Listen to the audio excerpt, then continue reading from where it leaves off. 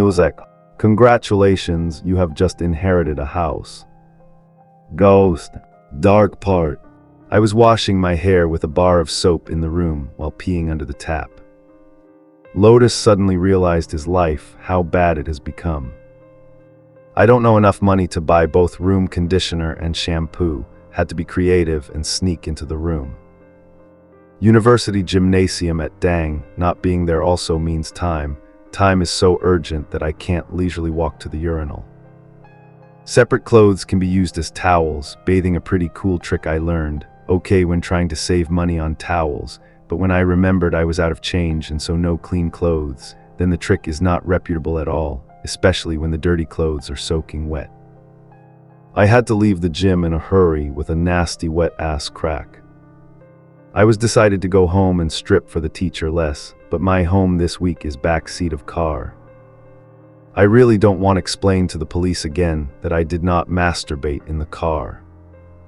My green Toyota Corolla, that only trying to catch some wind in the dangerous place. All I need to do is hold out a little longer. Next week my friend Tony told me I can come sleep on his floor for a few days. Listen and feel so good, awesome not only because Tony has an extra one, the towel that doubles as a blanket, that he also has a forgotten jar of mayonnaise, means I will have breakfast every day. The day I jumped when someone knocked on car window. Because I am always royal soul if someone wakes me up in while sleeping in the police car, and the guy stoned people all ask for money, but I don't can care for either side, so it's normal no end. Hey beautiful, but this guy doesn't must be two types of guy wearing one shirt, black long coat, black fedora, mirror face ashen and long. Looks like call him a blue goth if he doesn't about 30 years away from youth. Knock knock knock. Rayon Salak, he said through the glass. I usually lock the car door. I used to leave the door open a little bit open, but there was always a bastard the hanger through that gap to open the door, punched me in the nose just to get 19 coins X with 13 odd numbers on the dashboard. I looked around in amazement. Is anyone around me wearing pants? Yes, still the pants I wore yesterday after taking a shower. I knew it by the crotch, always dry last when clothes are wet, and that woke me up. I sat stand up and focus. This guy could be a threat. I have to stay calm to let him know I'm smart enough to notice aware of the situation, and also have a little bit of cunning confidence to take advantage of every advantage. What the hell are you hiding from me, stupid ask? Call me advocates guy smiling but not happy. Why don't you roll down the window so we can watch talk, or better get out of the car going? May not seem like a good idea, but I've put on pants, so today should be enough lucky to take a chance. I got out of the car, and suddenly remembered the key was still there to leave inside, right when closing. I didn't scream, just sighed, leaning against the car door, feeling like I'm forgotten by life. You shook me here to announce that he has not been forgotten. Forget the guy said in a deep nasal voice, time clasped hands on briefcase. I really don't know how to react. Part of I wish I had a jar of mayonnaise. Tony's is here because it's 4 weeks overdue then, because it keeps stimulating the brain morning. If you think I'm not already forgotten, if you forget, you have mistaken, Raymond Salak mumbled while rubbing his eyes. Wrong, Raymond Salak lives in a Toyota Corolla 1999 generation, he asked, but you are right, I answered uncomfortable, trying to shrink as small as possible. Wrong guy, Raymond Salak is from Brunswick, Maine, currently studying at Bwin College on merit scholarship, but can't afford the dorm, and since his mother died in a car accident last year, last time I had nowhere to stay. Advocates calmly continued questioning, must be so. I wish I didn't quit. Forgot my keys in the car. I want to run away, get out of this place. I try to think I couldn't hide anywhere, but then I decided stay, listen. I don't know what you want, what about me? My scholarship is still extended by the end of this term. I will have no more, what else?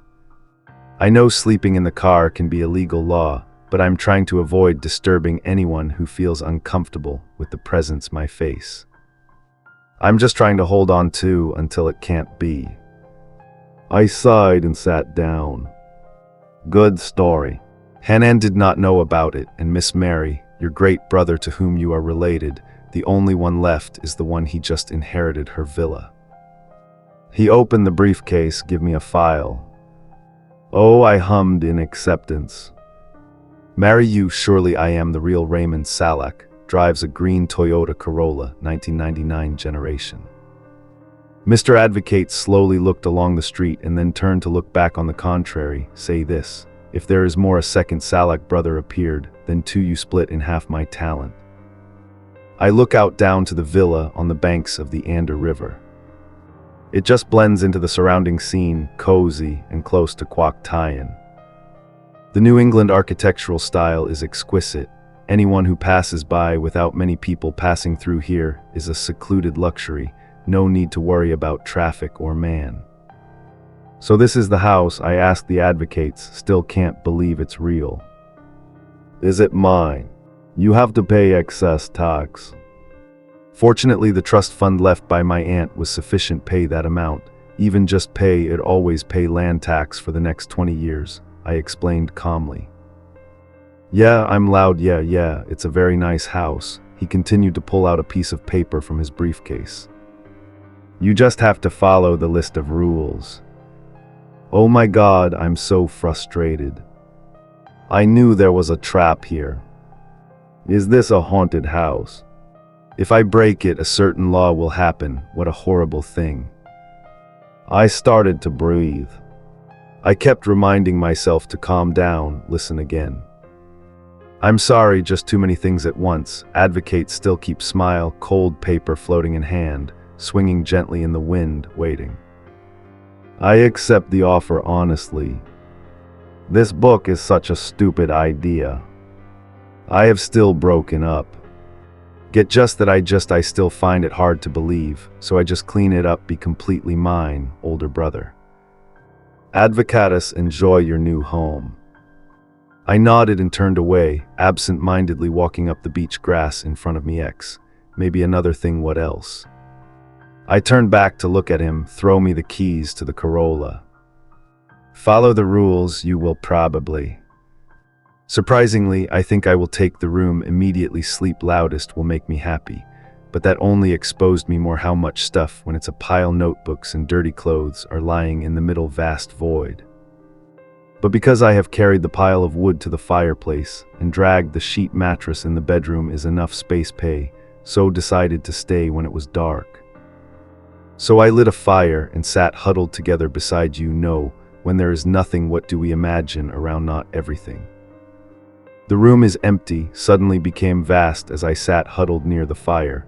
First realized me, I wonder if this house has central heating electricity or not. There are countless things I don't know anything about this house. The wardrobe on the third floor needs a lock on the side, beyond the purpose of the straight window. What is the brick chimney inside the house? Why is walking around outside only takes little time, but when going indoors then lost 3 times? My eyes stopped at pocket. I let it slide at first, but now where can I find refuge? I withdraw my rule paper, slowly open it up, and hold it out the side of the fire crackles to read clearly. Rules for the house on Hill Street. 1. Never light a fire after dark, must knock on all doors every day, 2nd floor at least once, that will keep for curious hands on the other side of the saddle. Avoid the blue room at the end 3rd floor hallway. If forced to enter, always look down, even if you see any sound. 4. Always sleep with the bedroom door is closed. If you have closed it door but still hear footsteps inside in the room before bed, means it was in long before he could block it again. I fold the paper and put aside. I don't get involved in ghost stories, devil, mainly because I don't believe, and for my part no doubt, then don't want to get involved to that nonsense. So just leave it to her, dear Mary, take those rules with you, go to heaven or hell. But I still closed the door, and I put out the fire and went to bed because one day mine has been messy enough for the whole year, and I want to enjoy this house without paying for it yourself heart attack. Quiet a room much more than where I usually sleep. I can hardly sleep. It's dark outside, no street lights coming in like when lying in the car is a fantasy. The creaking sound of an old wooden house stuck sound like footsteps, especially when it's constant like someone is which is coming towards me, creaking step stuck step, especially when that sound led her rhythmically to the point of being numb. I hold my ears tightly shut, creaking eyes steps. If only I didn't light fire from the beginning, creaking steps. If only I don't ignore the creaking rules, I should know this house will cost. It is the air pressure that changes slightly. If someone was standing right next to me, I would still close your eyes, even though it's dark. Fear is just exaggerated imagination, right? I just want to exaggerate the feeling a little bit can be ignored, but I cannot feel the weight pressing on the edge of the mattress like there was a man sitting next to me. That weight gradually moved towards me. My heart pounding like two hands crawling on the mattress one by one, closer, closer, closer. I don't block the door. A cold stream of air gently blew across my face, rhythm like the rhythm of my breathing. I have to speak up. I open my eyes completely all in the dark, but I know it's still there. Listen, I understand I did no fire extinguishing or no door closing or whatever the hell you guys expect because I only read half the dead list, damn it. Throw it away. But the problem is me, I will still be in the scary place, even if I am people or ghosts that haunt. So I ask straight, people have no body, something blew a cold air through my face is fine. Consider you are not of a body, so what are you going to do? I am something a stoner can't do, or more importantly, the stone can be bad for what is an entity without flesh and blood can't keep quiet. So be it. This may be scary for some people, but in the end, how many people died? This is home. My heart was pounding so hard it threatened my diaphragm, so we have to learn together live by whatever horrors whatever the person is about to display is worth comparing with rent is zero. Understand me panting but determined to finish. A stream of air whispered through my hand. Oh God, I thought it was confusing you, damn, I mean, now I'm gonna haunt you guys. I fell on the mattress and held my head again. So just get used to it or do whatever you want, whatever game you guys play matchmaker, us discuss some new rules, because everything is this will change sleep delicious. 2. Does everyone understand the morning flag movement? What is morning? I just reached down to the place to wake myself up, then suddenly realized something is wrong. I opened my eyes, still lying in the bedroom that I inheritance, but everything was in complete disarray. The whole mattress was moved to the other side room while I was still lying on it, so that I can observe everything. The space is as large as a cave under the wooden floor. Each dark, bare footprint soot extends from the fireplace to the location, the beginning of the mattress, and then around to the place the mattress is lying there after that. The footprints kept going back and forth around the room, go to a corner and climb the wall for about 3 meters or less, and stop right next to my bed. They just disappeared there as if their owners had never existed. Leaving aside the strange thing is the size of the footprints keep changing, start as big as an adult and then gradually shrink. A child's feet then grow back when keep going around and around until the station is close to the bed. They were over 60 cm long. I was cold, my hair stands on end. I just want to cry, but the thing is not paying rent, leaving me with no other choice, stay here. That's it, list of choices. My selection is only one item. So I just lived in a haunted house. I simply can't afford it. It's okay to change to a better area, boy. This is how you play with me. What am I asking, sleepily crawling out of bed? He really thought I would be afraid to pee straight into the fireplace. You're precious. Believe me, you are wrong big. I should have considered the smell stink before doing so, but my mind not operating at full capacity before being loaded with the first spoon of mayonnaise first of all, the time the fireplace is only as ashes. Remember that if you want to put your bare feet in there again, zip up your pants and walk out of the room. Now this house is mine, and ours live by the rules of I. That's how I remember realizing never now piss off a haunted house. I have what I want to ask. I told the man wearing a long black coat standing in front porch, how did I know you just arrived? I don't hear the doorbell but keep ringing, no you are there, advocates still smile coldly. I don't have task to explain how this house let the person inside know that there is. He always opens his briefcase, bring out a piece of paper. Grandma Mary, his late brother, had some requests to make you do. What the hell is going on again? I asked. Take the paper that I know I will regret when receiving. Why don't you give all the news yesterday is bad because maybe I have not accepting the house, he replied softly. Yes, it is very possible, he said, no mistake. You shut up, you know I just had a weird night, right? I asked, tired voice. He's still silent. I sigh, okay, great Grandma Mary, late want what do I do with the damn place, hey? I glanced down at the paper, some guest special order will come to you, you are thir, a salary as I remember. Is that all you hear?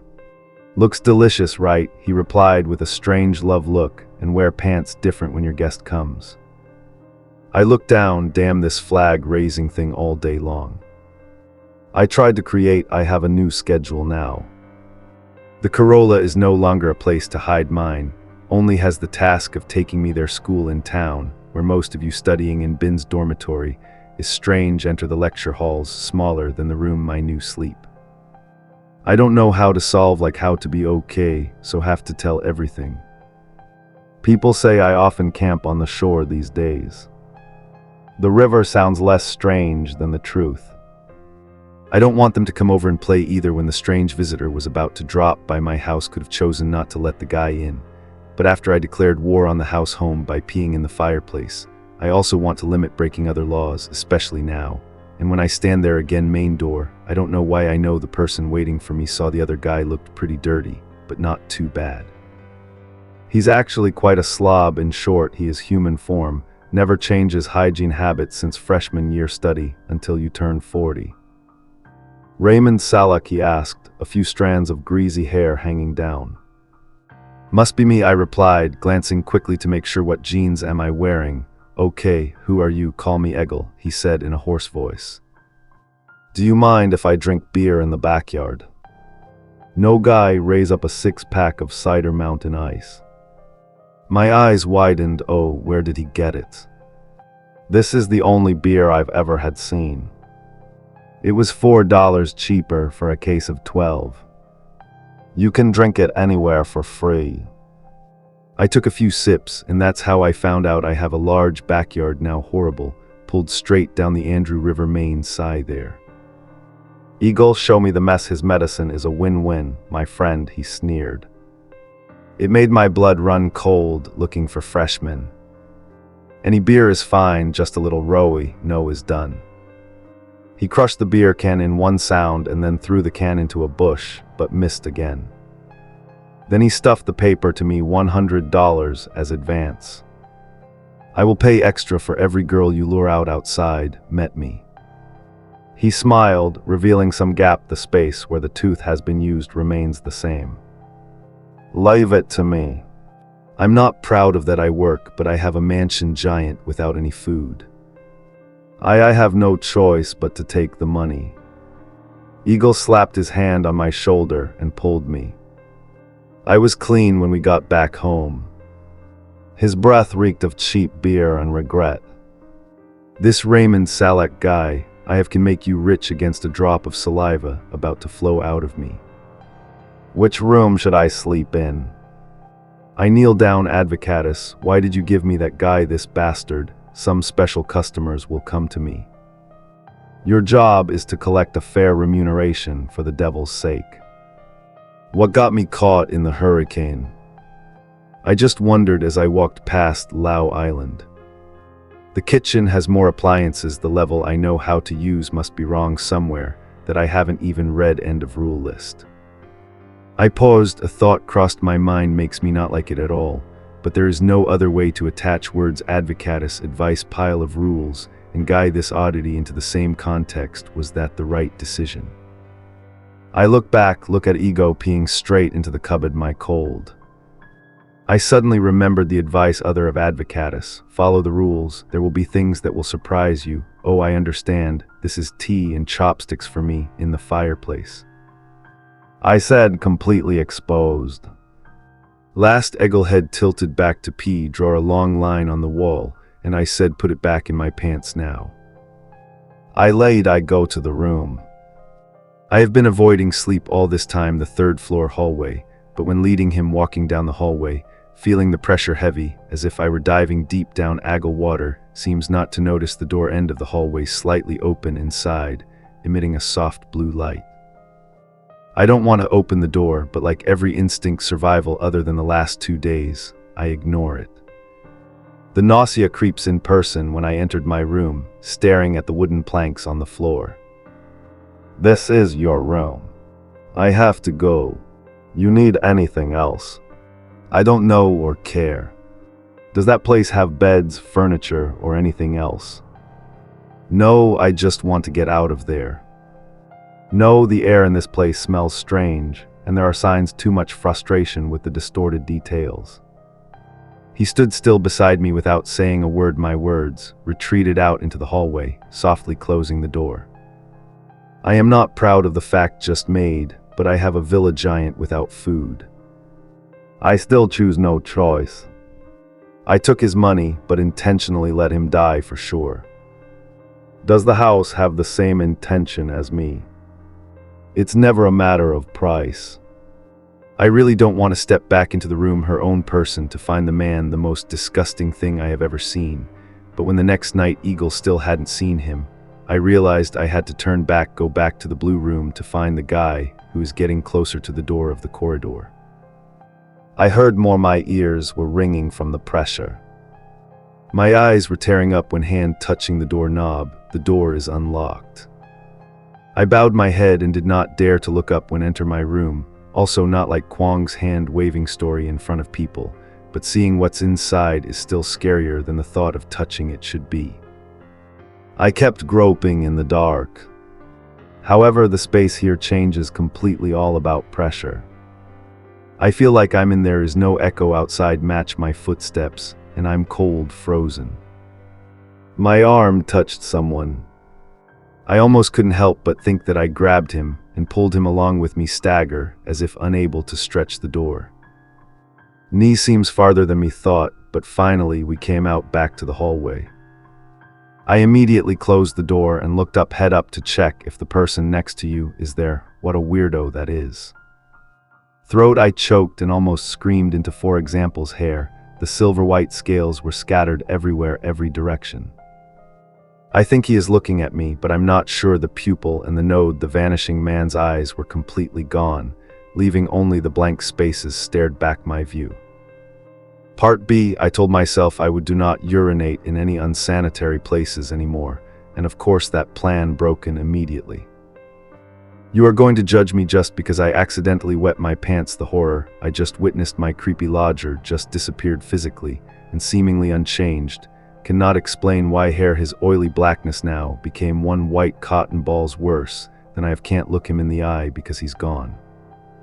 The complete eye has only the vessel's red blood stands out on 2 white blocks, replaces the part where he should have seen life. Ego, do you need a piece of fish tape, person, or a priest or something? It sounds ridiculous, but my situation much weirder. Is there any way standard for dealing with a guy who just burned his whole body, head, or something? Maybe I should try to measure the beat. I checked his pulse, but I almost had a panic attack. One more scare and I'm done. Okay, but I also don't want to risk it by come close to the guy just standing in the hallway. This is enough to drive me crazy. The invisible pressure filled my ears. I feel sick. I need to get out of here, so I try to take a step back. For example, also retreated with a small drop of saliva, looks like a pearl, trembling on the lips. I immediately took 3 quick steps back, and he, stuttering in 3 steps, fell down his shirt as he approached me. Turn around and walk quickly down the hallway. He tried to stick to the swaying figure as if lost balance. Damn it, I was going to hold on. I'm like this all the time. I asked around, not where a go's eyes should be not or cannot say, and obviously is pus, so the only reaction is continue to stagger along as I picked up speed and go back to your room. You better study, keep your balance, because I can't. Come on, carry me down this flight of stairs, where he fell and rolled down the bridge ladder. What the hell is this? Calm down, man, again. I scratched when he spat out a pile of broken teeth, looks like chewed corn. Then he stood up and continued, stick with me. So I switched to jogging, and he turned to rush the lazy chase in panic. I grabbed the doorknob, the room was torn apart, and turned around, shouting, don't follow me, the sound of the cry manly, as I thought he was win quickly. What the hell is that? I breathe your soul now. You have to do everything. I ego is drooling. His arm shot up like a string, invisible string, pulled now. Slap in the face. He slapped himself a little bit. His cheek kept swinging. Winning about half the time is pretty impressive considering the lack of coordination. Move now while he is busy. Me sneak into the room and close the door to welcome. I am the haunted footprints and the smell urine mixed with traces of the house. How haunted is this house? It's not easy. I sighed and crossed the room and sat down, flopped down on the mattress, eyes closed, deep in thought. Do I have any choice but to call an ambulance? But I have not heard of any medical treatment cure the soul-drained person. When will he show up? Experimental or warning? Killing but removing eyes and slingshot is not a crime. Criminal. Finally, they brought him back to the hospital. The old vicious cycle returns, but I'm still stuck in a situation where I have to explain why I have a zombie, so let him wander the streets. Brunswick is even more annoying. He will riot, and the police were called in the end. I still can't go to the hospital, dare to kill him, must admit he is drug addict. I cannot coldly end other people's lives or worse because I can't confide in anyone, understand what I'm going through, but I opened my eyes, then I stood up and walked out in the middle of this room, this ghost or something. I have something to ask, be quiet and listen, can I teach you? I will not start fire after dark, does not open or close random door, or whatever you guys wish. I would stop peeing on the fireplace now, I don't know, just show me how. Talk to some people, still no response. Oh really? So that's how you play? Okay, I accept. I will continue pee on the fireplace and keep watering until you come out here and talk to me. I was about to zip it up when a strong gust of air blew straight into my ear. Damn it, I screamed, waving my arms to my ears. It looks like a spider is crawling in there, don't spy. It was horrible, but I was panting and trying to calm down. Calm down. Okay, you are a ghost, but hey, we have a live affair here, and I am looking to cooperate with the house, though it doesn't look like it now. I have to do what the hell with the guy who spent the night in the apartment room. Green, feels like the whole house is holding its breath. I waited for the knock to come from on the floor in front of me, knocked for the second time. I used myself to recognize the sound, gradually move further away from the cup, sounding like a child ghost is leading me out of the room. You have imagined that scary feeling when voluntarily following a ghost, because the other option is even more terrifying. No, I followed the knock to the door in the hallway. I saw, for example, still lying down. The floor slapped his red and swollen face on both sides. Cheeks were red from the damn torture, really, even though I didn't tell him to slap continuously. I also forgot to tell him to stop, which is my fault. For example, stop slapping. His arm fell down and he stared at the ceiling. Home and don't follow me, don't slap yourself. I turned and followed the sound of knocking along the hallway. Oh, this one I call and give me all the drugs you have let me take. 3 bottles from each pocket, let all 6 jars fall to the ground. You make me so hard to love, I mumbled, sweeping all the medicine on me. Throw the medicine bottles into the kitchen trash. At the same time, following the knocking leads to the door in the corner of the room that I had previously never noticed. My head spinning when through the inner door is a small apartment, and I never knew about it just because this house is too big.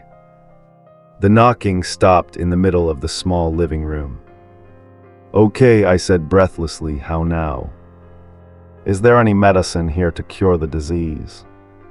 "Silence, what is this place, my servant room? Must find solution for brain elig tan flow by." "I'm speechless, damn it, are you serious? You want me to do this with the stupid guy is flowing, why is there no answer out there?" I sighed, what else could I do? Can't find any good way to handle it, a brainless and cold listener. I have a zombie butler. I absolutely hate opening the door to love, Nobel status. I explain to he advocates as we stand on the steps front porch, like I have to go out because the house always has in mind that there is the person waiting for him, knows that strange feeling how much no, he didn't say anything. I guess he must have seen enough weird things, more on the journey of the supernatural lawyer our nature. "We need to talk about the rules," his personal reception cut in with a soft voice, the fish. "I don't have anyone to do that to me, dare to take you to this haunted house," pursed lips. He should know that some source's energy can become stronger if have any passionate lovemaking. Come on, Salak, my face is burning. Wait, this house also tells on you he is the one who denounced my self-defense. I bet you know who I think of when I do it. You stalk me 3 times a day. The advocates remained calm. I did not little knowledge of his private habits, especially until you just said. Me feeling my face getting redder and redder. A new thought occurred to him. Wait a minute, that I will have some kind of date soon. Intimately heard the word come out my mouth is so stupid. Maybe that's why my life is not often gossip. Is that Miss Sarah in physics class? My, you don't know anything about her. Sarah is a shy girl who looks timid, cheap. I almost didn't pay much attention until the day she pulled me aside after school to talk change exercises up to 4 minutes. From then, she often penetrates my mind every time I relieve alone. That is not the topic I want to discuss, Mr. Dapp evenly. But I need to tell him how to behave if there are guests staying over that are not my doing, arranged to sound reasonable. I replied quickly he wanted to go in and say no. The advocatus glanced over my shoulder at the giant green facade of the house without you, Salak. I don't want to go in the silence that lasted for a few moments. Second, the advocatus cleared his throat. He must have known this house comes with some conditions. I have a responsibility to inform you what could happen if you don't be careful. I trust you have read the rules carefully. Okay, I lied. Good thing number 5 is most important, and now E is done too late to fix the damn thing. 19 rules have 3 rules added later when we directly fight the seriously. I told myself to find it again, the list that I forgot somewhere in the room. Then my mind wandered the story of inviting Sarah to my room. I completely forgot the list. You will complete all tasks tonight, Sir Advocatus asked. Damn, I'm daydreaming, so missed about 40 seconds, he said. Yes, no matter I hug or I, the importance cannot be stressed enough, the importance of following everything I just said the house can react very strongly with feelings related to love heart. I jumped up and banged. I was about to go up bed, at least I guess I do, I really believe so, and I really do too, really wish I had paid attention, listened to the super lawyer's warning. But part B is so magical. How when people have burning motivation, only need to believe that someone is about to touch the area, my forbidden land. Eagle, I call out loud. After when he saw him off, the advocatus rushed out to pick some flowers or something. White-eyed man, lost limb, then groaned and burned. I walked out the door gently. It must be time to clean the mansion. Honestly, this talk seems not too heavy. I only have a few mattresses, pile of clothes, and some cider cans. The half-roasted mountain ice is warming on the shelf kitchen. Actually, there is not much left to clean. Me remember the dark footprints of the lover with urine stains in the room sleep, but I guess that's my job, mortician. I have more important things in life to take care of, the lost list of rules, but it is urgent to find me again. Remember where I saw it last? Yes, I read it by the fireplace in this room. I looked down feet and saw the piece of paper H thought escape. I was both busy with the paperwork and see what you wrote here. Rule number B, always sleep with the bedroom door closed. If he had closed the door but still heard footsteps in my room, snatched the phone out of my pocket. This is from Sarah. Are you free to review your lessons? Physics practice, no, I plan to do tonight. I immediately trembled at her check. It ends with a wink emoji. What does wink mean? It means there will be a night flow on SH Sex Bomb for me. My fingers are shaking to the point of difficulty pressing the keys. I drop the paper list, put all your mind into composing lyrics, perfect reply. Sure, 8:30 okay. Time it right to avoid appearing too formal eagerly. 19 seconds passed before I pressed send. 13 seconds later, she replied, you with my room is inviting the whole group to study together. Do you have somewhere to meet? Me, I smiled, laugh. Mr. Advocates, you are so good. I just walked out into the hallway and almost wet my pants again because startled, a lifeless face is stare-die, really bad. Iggle, you scared? I was scared to death and didn't say a word. He let me go at my feet, a pile of dry leaves with flowers. Rose is halfway up the dandelion stalk, broken grass, cut with a dead bird, brother. I thought it was a flower and just sighed. Please clean up all the footprints in the room I go, you can do it right. I have rehearsed very carefully what I will say when I meet her. He had to make Sarah feel welcome excitedly, but don't let her think I will definitely be there when she is quite cheeky. I had to sit and stand restlessly all night, witty jokes. I opened the front door, saw her standing there in her loose sweater, big glasses, ponytail tie jeans, and Converse shoes, tightly believe that when the battle is about to begin, everything around she radiates beauty to me, breathless, speechless. Hello, me, yes, hello, she replied gently. Everything is fine. Me step aside to let her in. So you live here? Yeah, I replied. She scratched her nose, want to study, but can you ask more? Okay, follow me, I speak, voice is also quite good, smooth. Follow me. Why is there no furniture here? So she wondered in a timid voice. Before I could get to the matter, I had already led her to the door. I almost fell down as soon as I opened the bedroom door. The soot footprints have been corrected, fix, but do not disappear. Their dragged pair creates ash streaks down the product, connected into a long, large line from the ground to the wall. We will rob what we want. I quickly slammed the door and turned to Sarah, who was looking confused.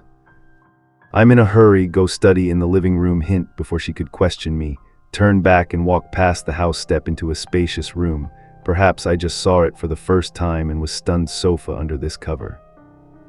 I shout about Dak thing.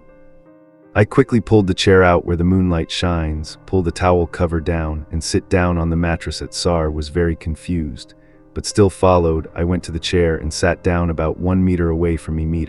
Then she pulled the physics homework out of Ba. We started doing it right, or we politely point to each other, mainly quiet and absorbed at first.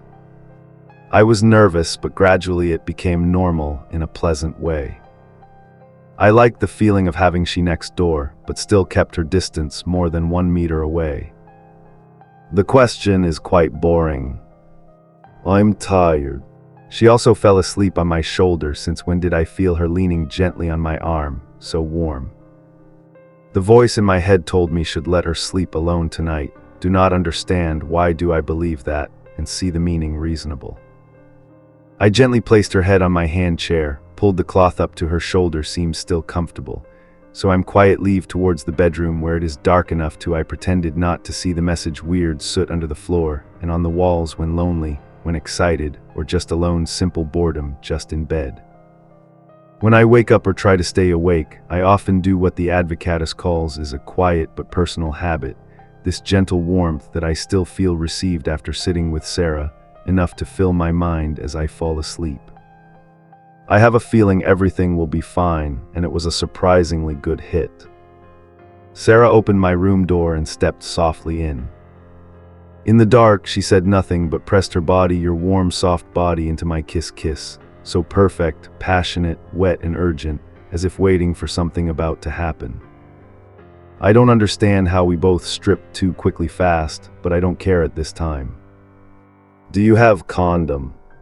Oh, I moaned as she pushed my inside her. Oh my God. Sarah exploded like a fire. She almost like using me with rhythm smooth as a racing car Formula 1. I too much to not remember how sleepy I was when Bin Min called me up to stop empty, but still warm. I sleep with smile on my lips, go straight to the living room. Hello, I intimately raised my voice and let myself go sat down next to Sarah, who had been up since when did you look at me coldly and say hello. I think I should go home. I have something to say to you. What? I hesitated, not knowing what to call her by any nickname for fear of sounding ridiculous, finally said Sar. She gave me a disappointed look. Hope is really annoying. I don't like to be woken up with kisses. It sounds disgusting. Sometimes girls say things that completely confuse me. You woke me up when you walked in my room last night, I slowly explained. He sniffed. I never set foot there, your room, since you stopped me and I was going there. Yesterday my heart was fine. Wait. You mean you didn't go up bed with me last night? Sar looked at me with wide eyes. I feel like I'm squeezing pineapple juice from chest. No, Rayon. I thought you wanted that when you bite my neck, but I'm not the type of person who will have sex on the first date. We have been together for an hour, but I have to be me screaming out in consciousness that I could not stop. Got panic attack. Sarah, something was come into my room and make love to me last night. I thought you and I didn't lick either. Your neck means something has been touched. Dark you again. Clearly that words do not work. Calm down a bit. I'm sure I'll go. The kitchen will be out the front door, right? Never mind, I'll find my own way, she replied bluntly. I was speechless and couldn't think of anything to say. Fear engulfed me. I stood like stone statue when she left the room last night. Dark, what the hell happened to me? What's wrong? Sarah screamed from the kitchen in panic. Her fear pulled me out of my paralysis. I rushed after him without my mind, understanding the story of me sliding down to the trash, and she was holding a bottle of medicine, and I stood up. Damn it, you're kidding me, her voice was trembling. Raymond, how many bottles do you have? Just take the medicine, don't say anything. I don't even care, want to hear, really cannot believe. I think you are different, never talk with me too. She turned and rushed out the door with maximum speed drill. I call with why you thought differently, think again, sentence that sounds wrong, everything is getting worse. It was the voice yesterday that urged me to let her go sleep alone, now urge me to chase, follow her, don't give up, because if she leaves, no explanation, no matter how hard I try, no way to delay. Please wait, I shouted to catch up with her at the door. Don't open that door, too late. She had gripped the doorknob with one arm, other bigger. Put on, press the door close, the eagle, using all your strength. Sarah looked at him and shouted, locking the exit. Shout, it's okay. I shouted, swear it's okay. He just closed the door. Because of him, do everything I say. Please calm down, quiet, but she couldn't hear a sound. Her screams mingled with rising fear inside me, made panic flare up like unwanted filth. Please, you afternoon. Ig hugged Sarah, and he held so lonely. He was strong enough to knock down an ordinary man, but seems like my butler doesn't feel painful. This is not okay. Stop, look at this, let her go, and swallow the moment on her hand. He immediately let go of her and grabbed the orange bottle, hers. A jar lid flew off him. Suck the whole pill down your throat like candy Skittles. Sarah watched in horror as the what the hell is going on. I tiptoe near her. I show you something supernature is manipulating everything. I explain love, this shaky voice. Sarah dared enough to take down a dream elephant, but look at him, he seems okay, right? We stare at him.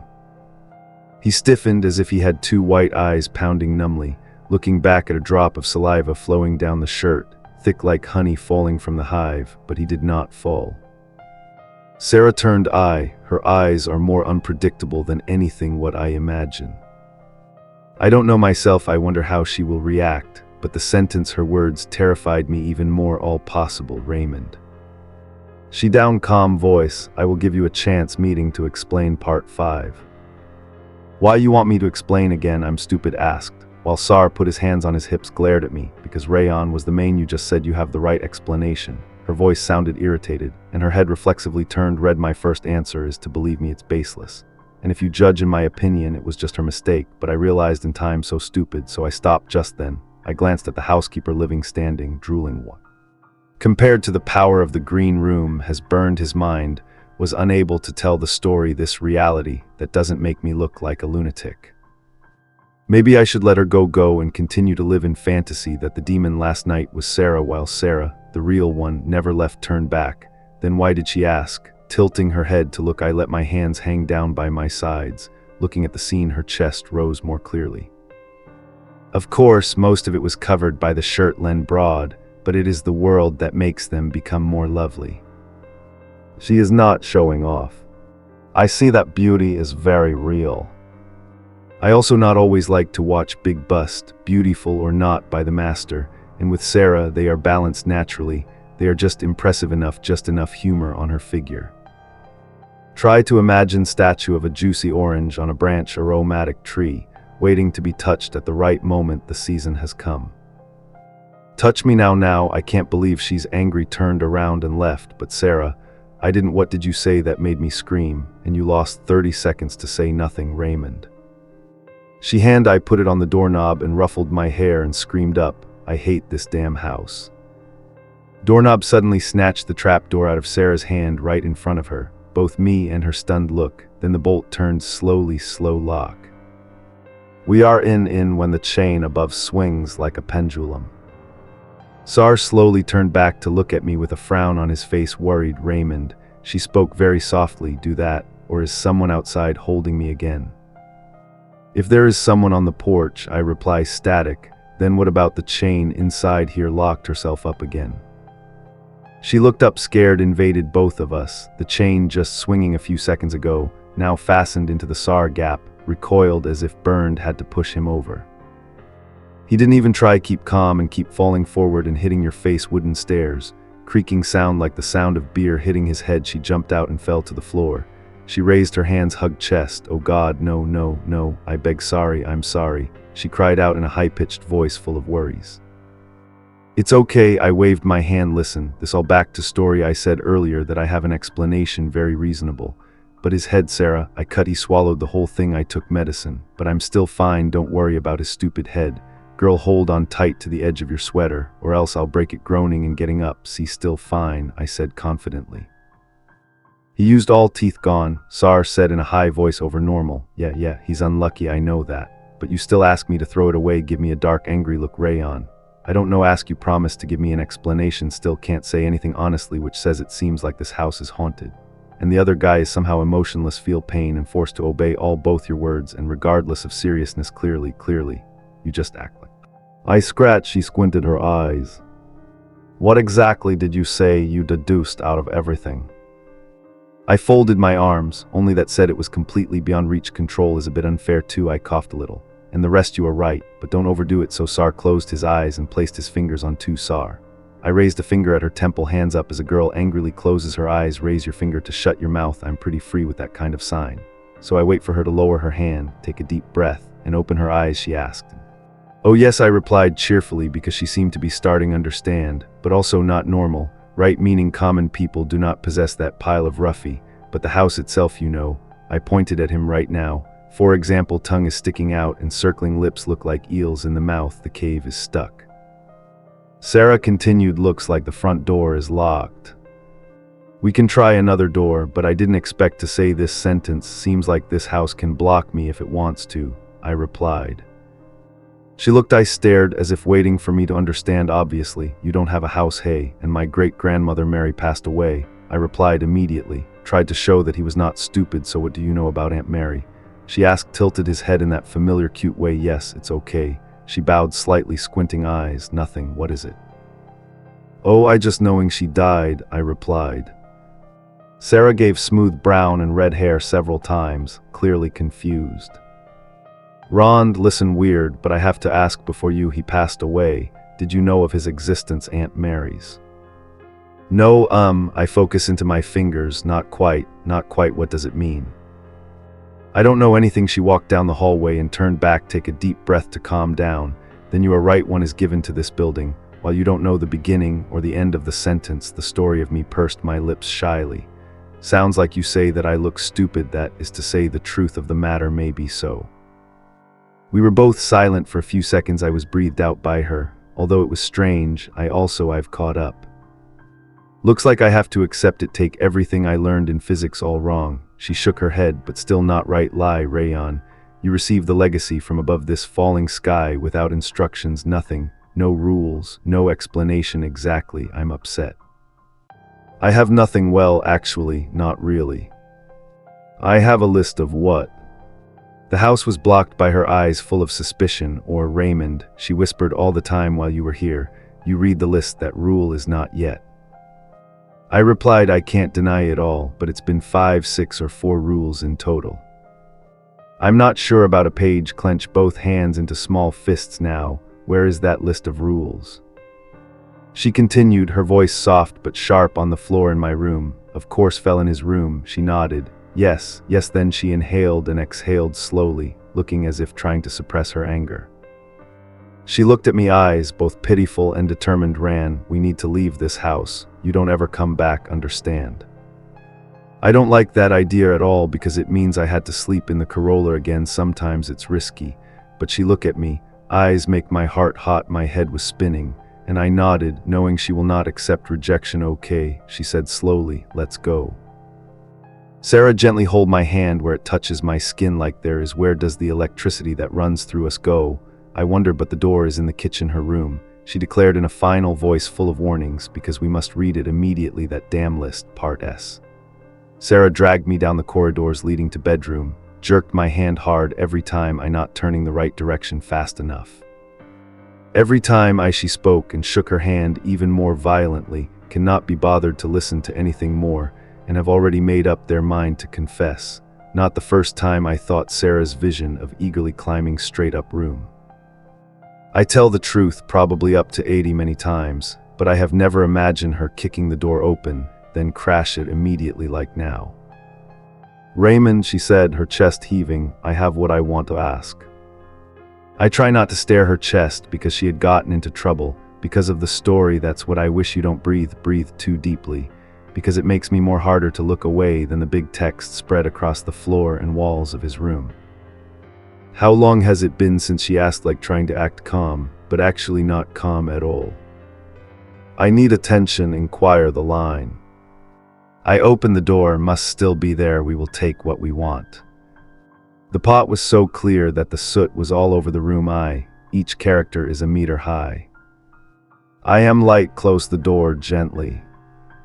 You should be glad for me, not the person who wrote it appeared when I thought the room no one more originally. It was not, must be like that. It is formed from a series mysterious footprints. Someone walked in when I sleep. Her lips are closed, eyes wide open, never seen that before. Then by weird way these two things can help me more panic. She screamed softly. I drummed 2 hand up. Hong, I also do not know at first. I thought it might make you less worried, but now think back to the creaking sound on the ceiling. Sarah and I looked up at each other according to the sound of wood groaning, sound like de move along the corridor past the wall. I thought he was leading me into my room, so I glanced down, seeing Sarah's face pale. We should leave this place, she said, trying to keep her voice calm. We must read the rules and follow the instructions, find a way out of here, okay? Nothing like the versions I dream of about her, where she will stay in my room long more. Okay, just get in and out quickly, miss one eyebrow before turning back to open the door again. I feel the cold enveloping took her as soon as we entered the room. The soot letters looked menacing more between the quiet space, whether the room was almost empty of words take all the attention, even when I'm not direct view. Come here, I said, step to the piece of paper lying on the floor. It probably wrote everything we if not broken. Sarah inhaled what a strong smell, like smell ammonia burns, like someone pee straight on the firewood burning. My face hot, oh, this house like to create some strange hallucinations, sometimes include strange smells or sounds unknown cause. Tran home again groaning, making dust fall with the sound of tines cry gradually to the fireplace. Film dust also drifted away. Raymond, Sarah said softly but surely, I want to get out of this room now. Get name book, then go, but I look back a few words for one last time before close the door, feel something is watching back to me. We left the room, the further away I went feel more relieved to go to Sarah's new kitchen stop at the row of windows, overlooking the backyard, fading into the night far to the river and a river scene. What the hell, she whispered the smallest voice ever. Sarah grabbed my arm tight enough to make me, how long have we been here? It's not even 1 o'clock yet, it's still light. What time is it? It's night again, so I take out my phone, check the time, boom, no signal, and my phone the battery ran out, and she quickly pulled out her phone and left it alone. The moonlight is also flickering, enough to light the way go around the big things in the kitchen. I was about to walk to the table when I saw Sarah reached out to do something. Maybe she thought I didn't see her reach into the trash, can pull out another bottle of medicine and hold it tightly, put it in her pocket. Sarah rubbed her eyes once. I wise say nothing, turn on the light, girl order us to see the rules. Finally, what does that horrible thing say? I wonder, struggling for minutes, more and more I see myself like a fool, hugging me without seeing the work. How long have you lived here? She asked, turn back, just 2 days. She shook her head and pulled out fire from the bag, come here to read them clearly. I pulled a chair and sat next to him.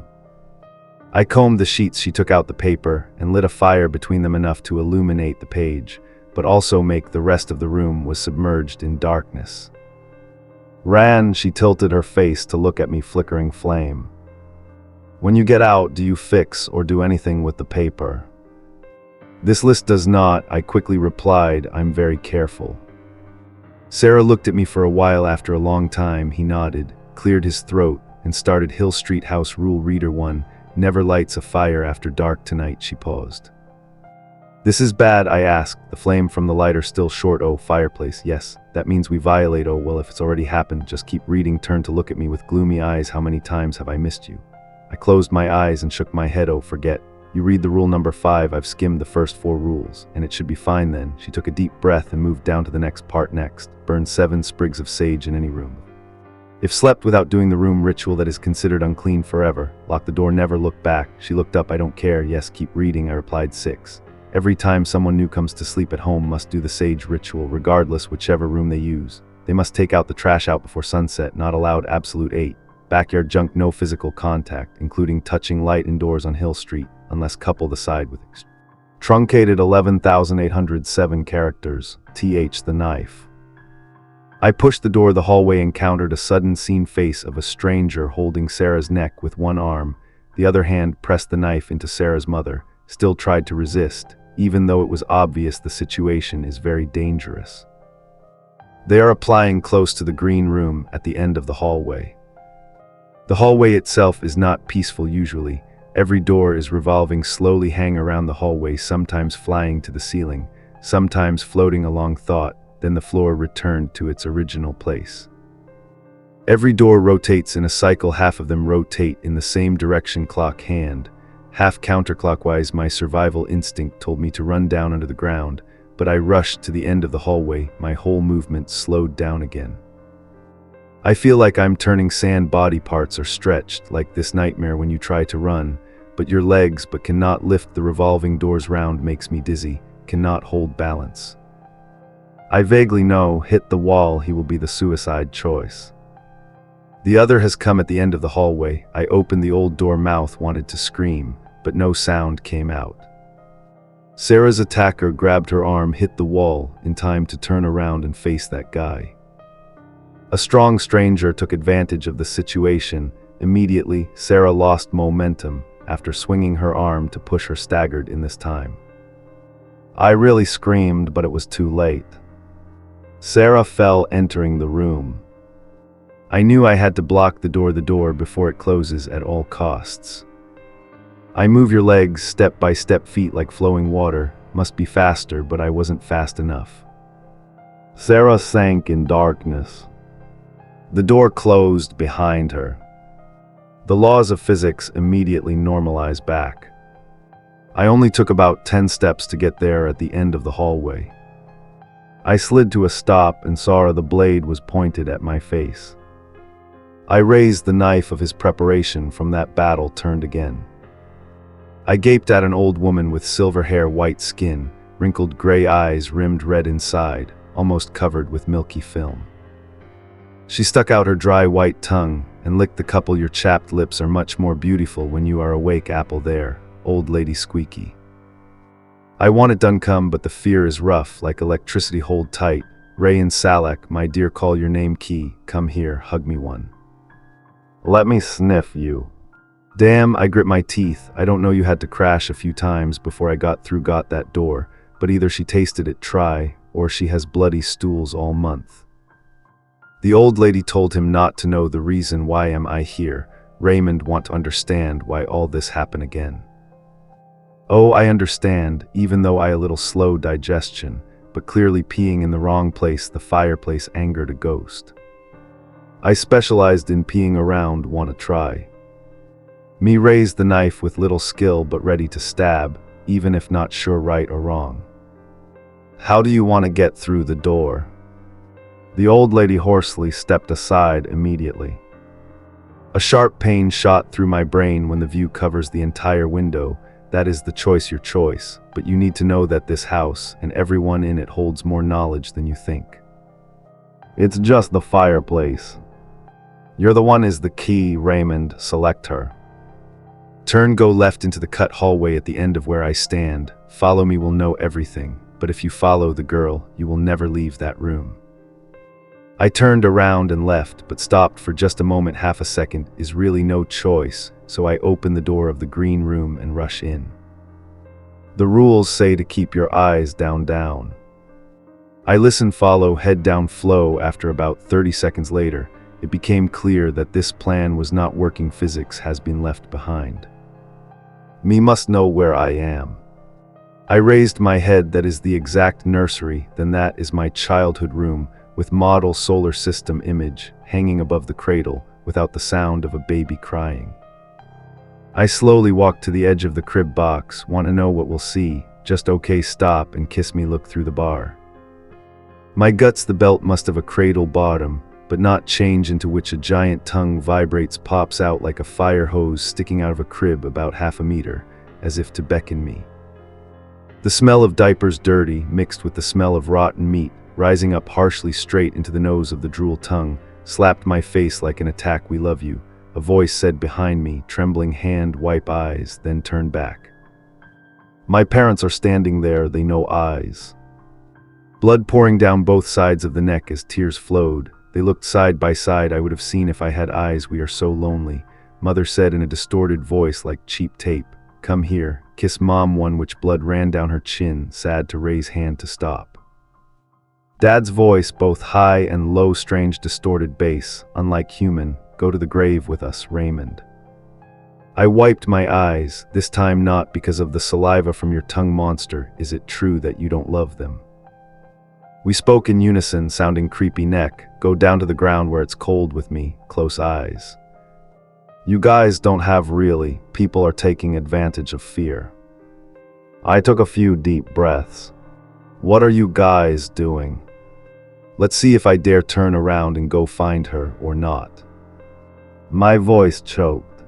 Me turned around, my parents screamed broken bones, torn flesh, resounding torture, hearing me and them screaming horribly. It hurts so much, ran. Why don't you love your parents, huh?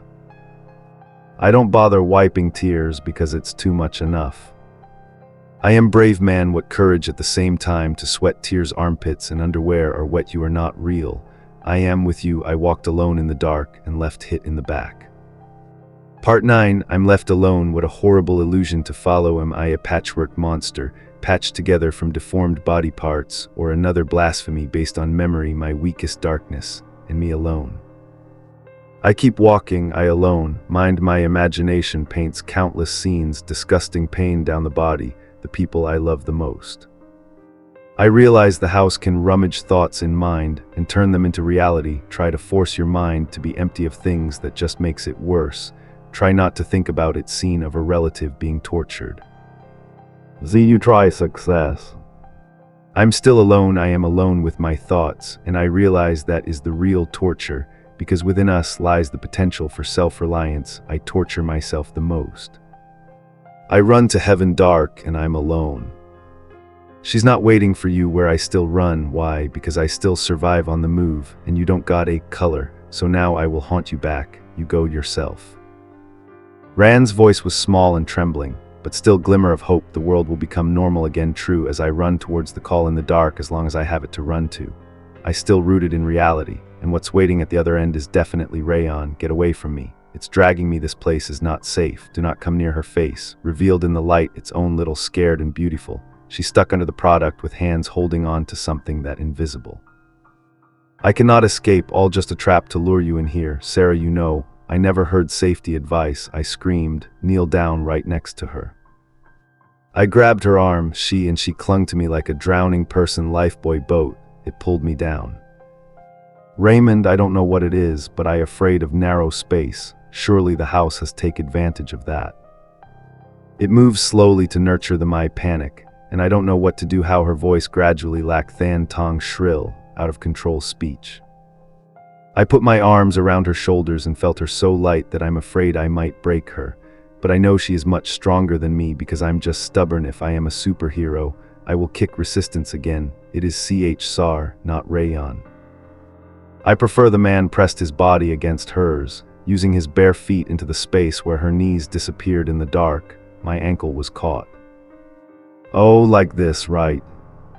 I turned around. Her two mouths were only a few centimeters apart. Good news, Sarah. This damn house just give me a place to lean on to push me through. Down her armpit, trying to push her out of the way. Empty means I'm deeper than you. I moved a bit and was swallowed 2 parts. Rayon, it will keep you in here. Please, I have the power to slide 3 more parts. I'm 6 parts deep in this story, okay? I'm going to grass rye. Panic burns slowly, mind burning. Damn it, Sarah. The house has that list of rules, but she looked at me with wide eyes, as if in my eye grew another eye. Right, you should not have done that poop on the fireplace because it's very sensitive. At times it was dark. So I grabbed the lighter from my pocket and turned it on up the dance. I turned around and pushed both tables hand in end. Sarah again jumped hard to push. She escaped with a loud thud, cheered with delight, and tried to crawl along, moving slowly. I looked back. Darkness has crept up past my waist. No more movement or feeling at my sore feet. Thou voice trembled up. You have to run. It is encroaching. Instead of following the advice, she was foolishly held my arm, trying to pull the work cup like a flower playing tug with the whole forest. Sarah, she still hold my hand, but stop jerking. It will be okay. I squeezed her hand. Her face lit up with pain, the ultimate instant pain that turns with a determined look. She let go of my hand, looked up at the dark ceiling of the studio. Dark Tower is a masterpiece of glorification, original novel. I used to hide in physics test many times, think science policy matters should be decided by likes on Twitter. I don't understand what the hell you're doing, but the darkness stops crawling on the chest of the servant who has never been called by anyone bookworm, never. I never self-memorized the periodic table for fun from class. The pressure around my chest seemed to loosen. I can translate a little bit. Sar looked down at me with a mixture of shock and dak thing. never borrowed any music like a prayer by Madonna from her time grandma to have a dance party with the Bears Cotton at 11 years old. Sarah, I don't know you, what the hell are you doing, but I'm about to send moved a little bit. Joy on her face mixed with panic, then she closed her eyes tightly, she nodded firmly. I'm not a 19-year-old virgin either whenever you feel like it. Stop by the subbit section of desire to satisfy the room-given island. As if all gravity is on, I feel my people are about to escape from this place. Then she suddenly quiet. Sarah, she closed her eyes and shouted, I study physics hard, my score is not the highest in the class. Though check the rankings to see if there is any Raymond Salak did the test together, just for an excuse near you. I'm Sarah on my side, I escaped. Miss Roar bigger than I'm not curious to see your abs, we have graceful concavities under our shirts, too baggy, too rustic, right? Me too, Raymond is actually quite cute sloppy, and he will be worth it, love doubly if meet someone like me, because he was just so incredibly charming, force just gone save my right leg. Now just need, she pulled out her left ankle and held her head, smiling happily into his arms, and he really did great at catching the little one's subtle flirting, and then responding with smart attitude, roared from the void behind me as I jumped up and ran. I rushed to grab him, Sar's elbow, pulled her to run, that thing chased behind me. I don't know what it is, and also no need to look back. We feel everything indirectly in a closet, listen to another door, the forest is deserted, even when both are quiet, tense atmosphere, prevention or pause before a joke, all based on similar intuition. In short, we feel what is present even when they are peaceful, but this different from the space behind us, nothing, see how to describe what exists beyond the sight, maybe, because it's not darkness either, it's not a void, it's just empty space, it is coming closer. We plug head running in the dark. I hold tight hands, Sarah wasn't too bad. We pass through the illusionary realm, this time is not father, my mother is Adrian Penser, that bastard, he punched me in the back of the head at a party, freshman party, and then burst out laughing when I turned back. He and his football friends just wanted to provoke a reaction from me. Adrian is kissing one of Sarah's desk in front of me, the rain was pouring down, neck pain on the head, crawling down the back river through my shirt, slipped on the liquid drag Sar to stop. I glanced down, not rain from the sky, thousands severed human eyeballs are falling out, all staring at me, and they blinked. I immediately looked away towards Adri. You can't be with her, she is next to me, what I see, no. He looked at me with a smile, his mouth grew countless metal, saw blades shiny. But I will take the chance to say what I want, what my parents should have said, you should have told you long ago about life, death, and role of Adrian Penser. He growled at you, you go yourself. I pulled Sarah and ran straight at him, no one, just a boring door. I banged on the wood, the door opened. Sarah and I fell into the hallway. Part 10, Mom, damn that haunted hallway, the door I kept turning in the middle of the room, green room, and stairs leading everywhere exempt from the green room, what a giant wonderland, but this time, it makes everything, it got worse. I only took 3 steps, then realized Sarah was no longer beside him. Dizziness struck me as I looked back and found myself halfway down the hallway as she stood still by the door, and perhaps time is stretched, or more precisely, I guess the house is manipulate the way I perceive time no matter what space. I still have to live in the reality that my brain accepts. Meaning is the only thing that matters, it is the world I am feeling. I turn around and take 3 quick steps back. Sarah seemed to be in slow motion, One hand I hold the watch in one hand and hold the soft hand of the other, she, as she slowly glided towards. Hey, let me tell you a secret. I'm also very good at wrestling with that math. It took us 51 seconds for that distance, 4 feet. If this hallway is, for example, 150 feet long, feet will take 913 seconds, or 3153 minutes to the bottom of the stairs. I smile, maybe also agree to learn true Kai, just wanted to be near you. I stood second in physics in class, slow motion made her unresponsive, whatever, so we continue to move forward in silence. The house is about to change, this turned out to be a terrible experience, horrible, but turns out to prove, even a haunted structures can also be silly, speaking of kids on a hormonal high. We set foot on the ladder of time, returned to normal immediately. She don't let go of my hand when going down the stairs, then, I will never let go forever as we rushed to the first floor hallway, ready to rush out the main door.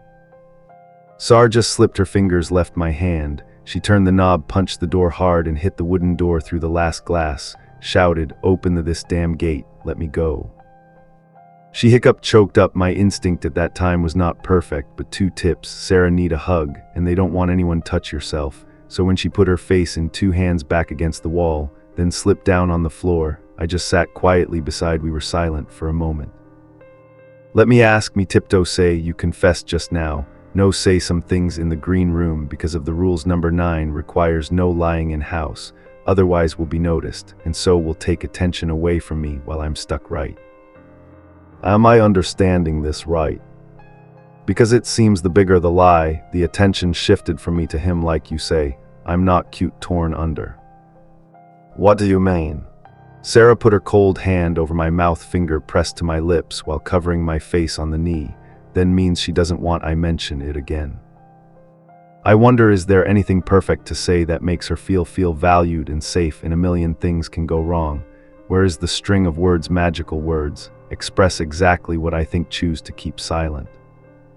I gently rest my head, carefully took her hand, and climbed onto her shoulder, not forcing her to take her hands off my mouth. She squeezed my hand tightly and pulled me 2 hands on the floor.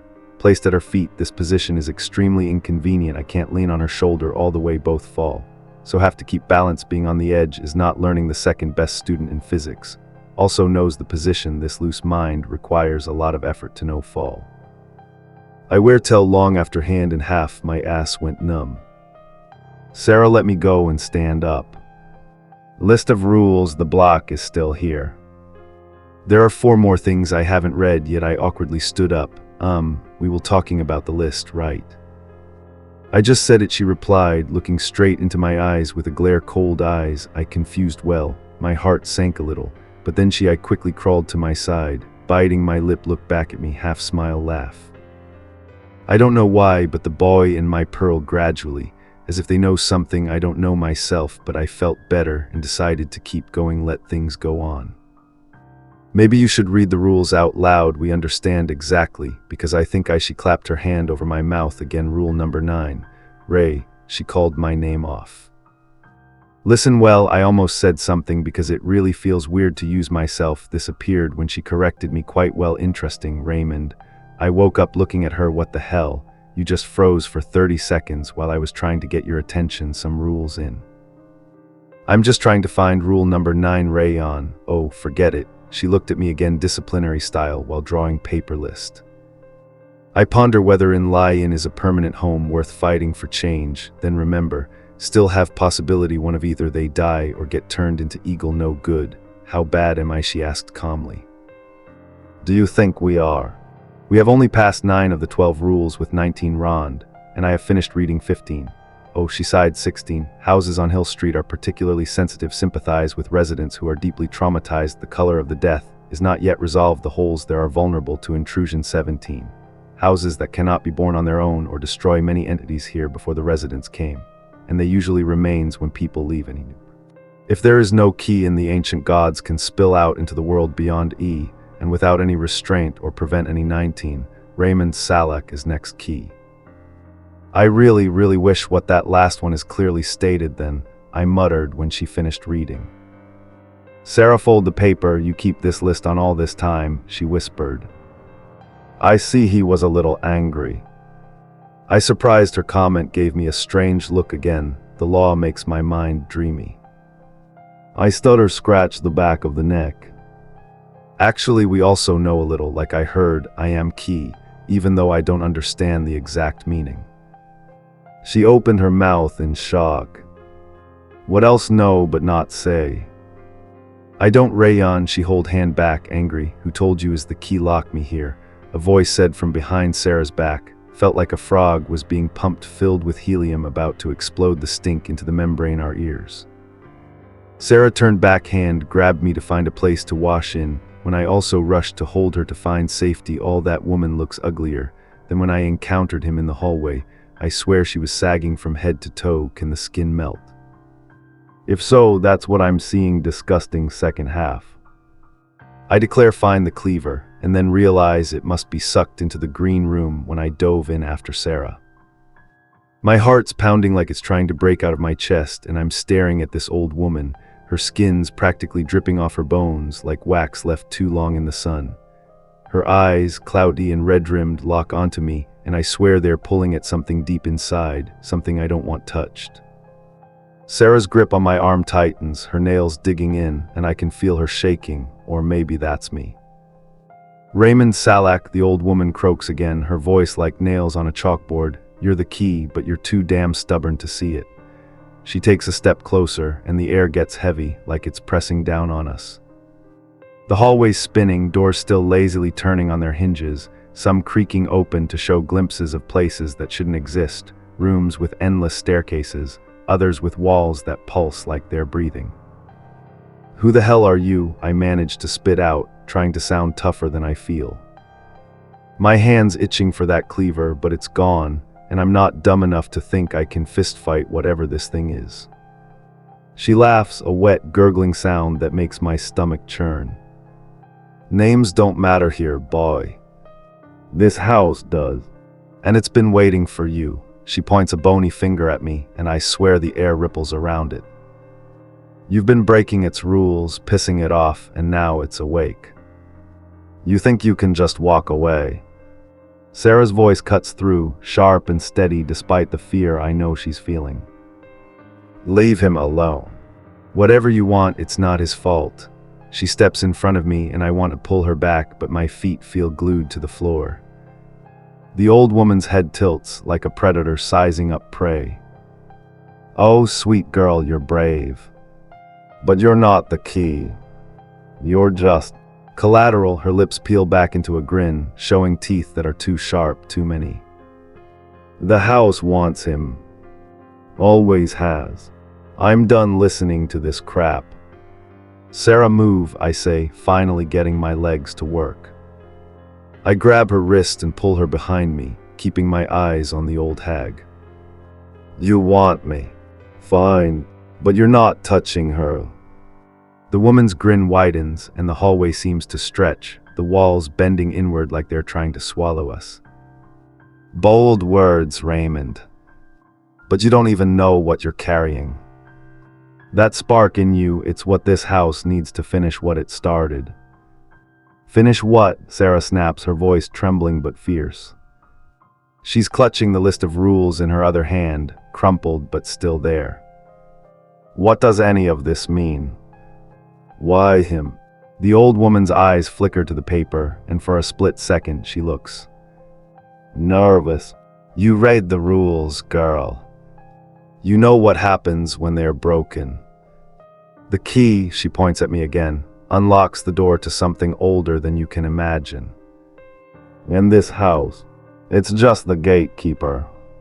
I'm trying to piece this together, but my brain's screaming at me to run. The air's getting colder, and I can hear whispers now, coming from the walls, the doors, the floor, voices that sound like they're arguing or maybe chanting. If I'm the key, I say, stalling, then tell me what I'm supposed to do. No more riddles. She laughs again, and this time it feels like the sounds crawling under my skin. Do. You don't do anything, boy. You asterisk. Your blood, your choices, your stupid, reckless heart, it's all part of the deal. The house chose you the moment you stepped inside. Sarah's hand squeezes mine, and I glance at her. Her eyes are wide, but there's a fire in them, like she's ready to tear this place apart if she has to.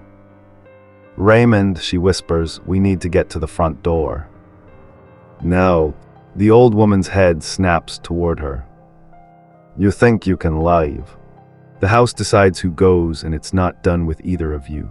She raises a hand, and the doors along the hallway slam shut all at once, the sound echoing like a gunshot. The whispers turn into a low hum, and I swear I see shapes moving in the shadows, things that aren't human, things that don't belong here. Screw this, I mutter. I grab Sarah's hand tighter and bolt for the stairs. The old woman doesn't move, but I feel her eyes burning into my back as we run. The hallway twists under our feet, the floor tilting like it's trying to throw us off balance. Sarah stumbles, but I catch her, pulling her along. Keep moving, I yell, even though I'm not sure where we're going anymore. We hit the stairs and they're wrong, too steep, too narrow, like they're built for something that doesn't walk like us. I take them two at a time, dragging Sarah with me. Behind us, the hum's getting louder and I hear footsteps, not the old woman's, but something heavier, something that makes the wood groan under its weight. Raymond, the list, Sarah gasps, holding it up as we run. Rule 19, it said you're the key, but it didn't say what for. Maybe it's not about opening something, maybe it's about closing it. I don't have time to think about what that means. We reach the first floor and the front door's right there, but it's covered in chains now, padlocks glinting in the dim light. You've got to be kidding me, I mutter, yanking at one of the chains. It doesn't budge. Sarah's flipping through the list, her hands shaking. There's got to be something here, something we missed. Rule 18 said breaking the rules weakens the boundary, right? And if it breaks, that ancient god thing gets out. But you're the key, maybe you can. I don't know, fix it. Fix it how? I snap, panic creeping into my voice. The footsteps are closer now, and the air's so thick it's hard to breathe. I turn around, expecting to see the old woman, but it's worse. It's Eagle, or what's left of him. His white eyes are glowing, his mouth's hanging open, drooling something that looks like tar. He's lurching toward us, and behind him there's something else, something big, something that doesn't fit in the hallway but keeps coming anyway. Raymond, Sarah screams, shoving the list into my hands. Write it. Figure it out. I fumble with the paper, my eyes scanning the rules again. My head's spinning, but Sarah's right, there's gotta be a way to stop this. Rule 19 keeps screaming at me. Asterisk Raymond Salak is the key asterisk. But a key to what? To let that thing out or to keep it locked away? Eagle's almost on us, his hands reaching out, and I can smell the rot coming off him. I shove Sarah behind me and hold up the list like it's a shield. Stay back, I yell, not sure if I'm talking to him or the thing behind him. My voice cracks, but I keep going. I'm the key, right? Then listen to me, this house doesn't get to win. The hum stops. For a second, everything's silent, like the house is holding its breath. Eagle freezes, his head tilting like he's listening to something I can't hear. The thing behind him, it's still there, but it's not moving either. Sarah's clutching my arm, her breath ragged. Raymond, she whispers, say it again. Tell it what to do. I swallow hard, my throat dry as hell. This is my house now, I say, louder this time, forcing my voice to stay steady. You want a key? Fine, I'm locking you out. No gods, no ghosts, no bullshit. Get out. The chains on the door rattle and one of the padlocks snaps open, clattering to the floor. Sarah gasps, but I don't stop. You heard me, I shout, stepping forward, even though every instinct's screaming at me to run. I'm done with your rules, your games, all of it. Let us go, or I swear I'll burn this place to the ground. Another padlock breaks, then another. The thing behind Eagle lets out a sound, a low, guttural roar that shakes the walls. But it's not coming closer. It's shrinking.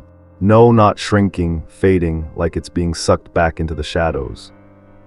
Eagle's body jerks and he collapses, hitting the floor like a sack of bricks. The tar's still oozing from his mouth, but he's not moving anymore. The air's lighter now, the whisper's gone. I grab Sarah's hand and yank her toward the door. The last chain falls away and I slam my shoulder into the wood, expecting it to fight me. It doesn't. The door swings open and we stumble out onto the porch, the night air hitting us like a slap. The house is silent behind us, but I don't trust it. I pull Sarah down the steps, not stopping until we're halfway across the yard, the grass damp under our feet. We're both panting, staring back at the house. It looks normal now, too normal, like it's pretending nothing happened. The windows are dark, the door half open, but I'm not dumb enough to think it's over. Raymond, Sarah says, her voice shaky but firm. She's still holding the list, crumpled in her fist. We can't just leave it like that. If you're the key and that thing's still in there. I know, I cut her off, my chest tight. But I'm not going back in.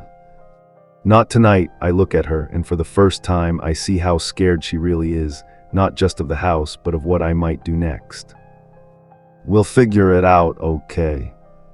Together. She nods, but her eyes don't leave the house. Together, she repeats, like she's trying to convince herself. I take the list from her hand and shove it into my pocket. The rules, the key, the ancient god, whatever's going on, I'm not letting it win. Not now, not ever. But as we walk away, the Ander River glinting in the distance, I can't shake the feeling that the house is watching us, waiting for me to screw up again. And deep down, I know it's not done with me, yet the night air's sharp, slicing through the adrenaline as Sarah and I stumble further from the house. The Ander River's a silver thread in the distance, reflecting the moon like it's mocking us with its calm.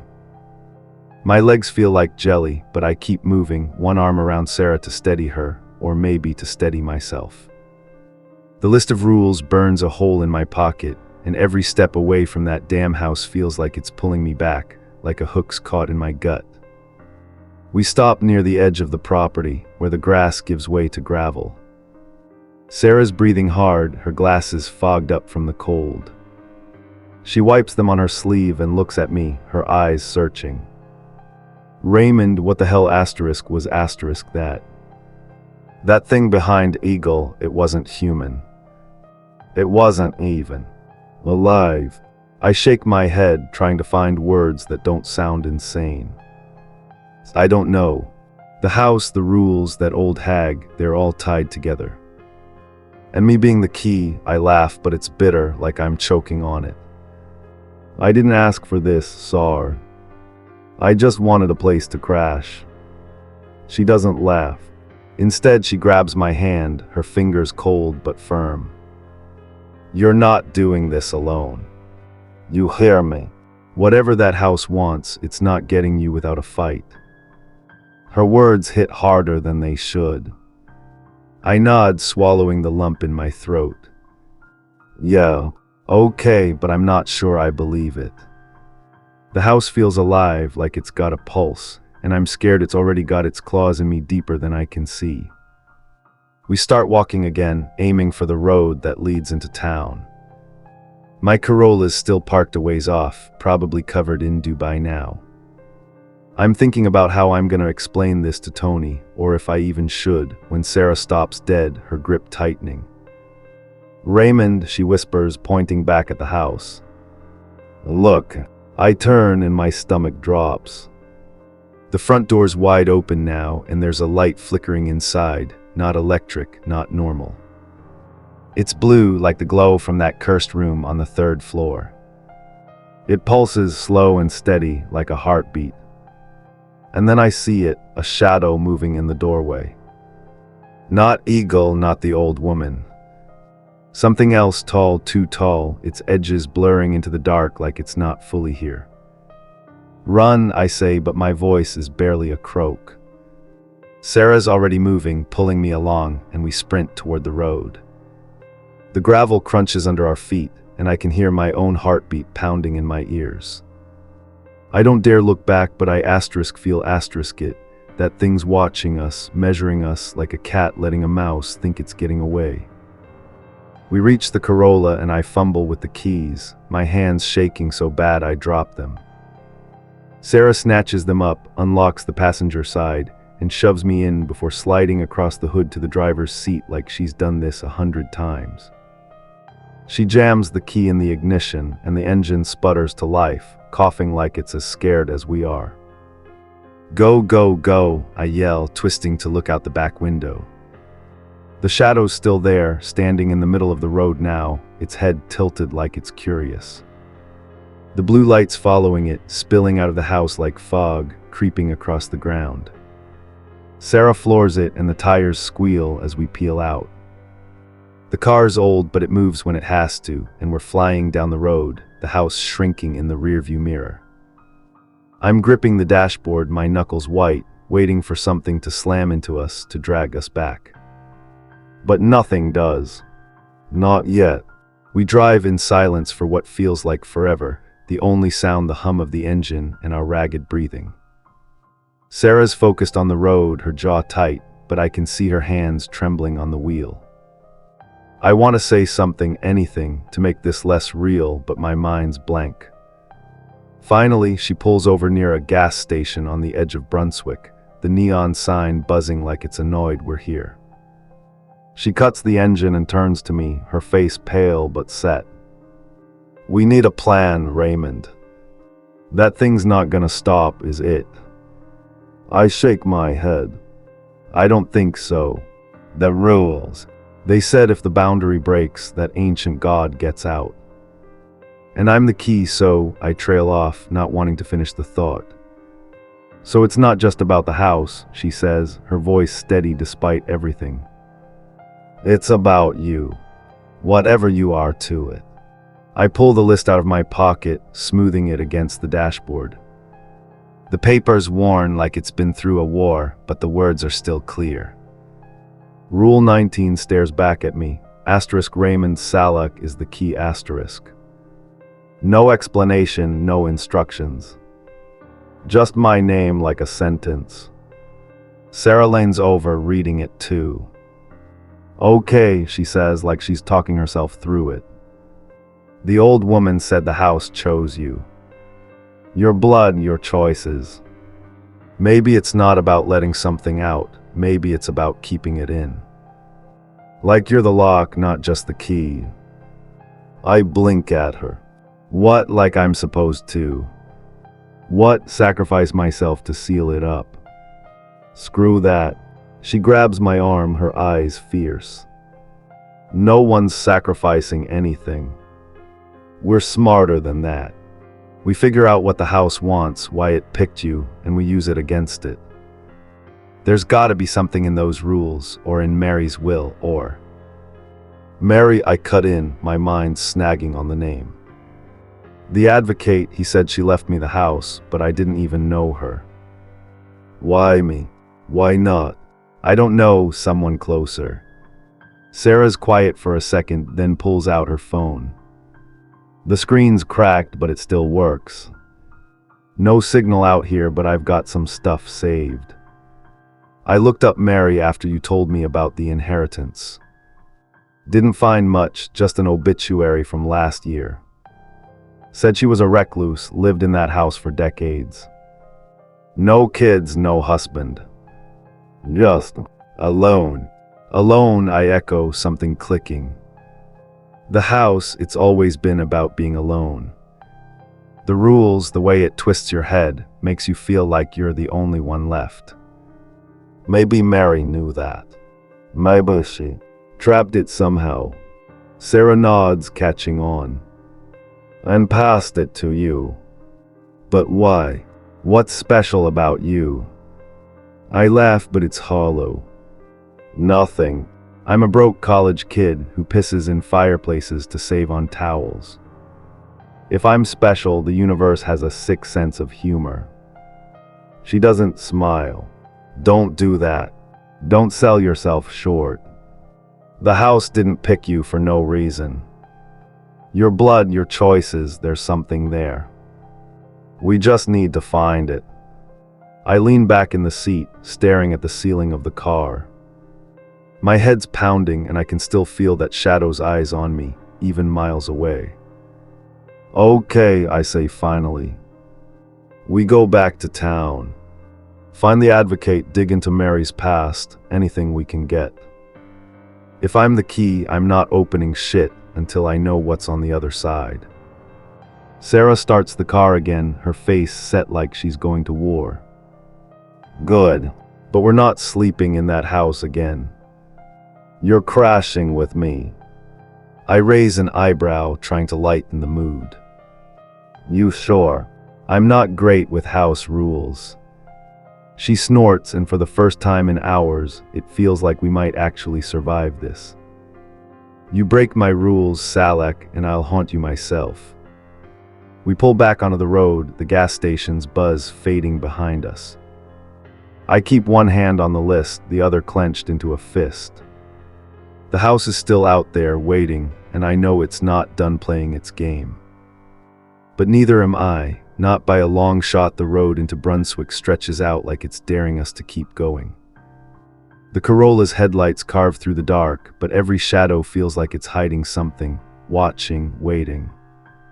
Sarah's driving steady, her knuckles white on the wheel, and I'm slouched in the passenger seat, the crumpled list of rules clutched in my hand like it's the only thing keeping me grounded. My head's a mess, replaying that shadow in the doorway, Eagle's empty eyes, the old woman's voice calling me the key. I want to puke, but there's nothing left in me. Raymond, Sarah says, breaking the silence. Her voice is quiet but cuts through the hum of the engine. You okay?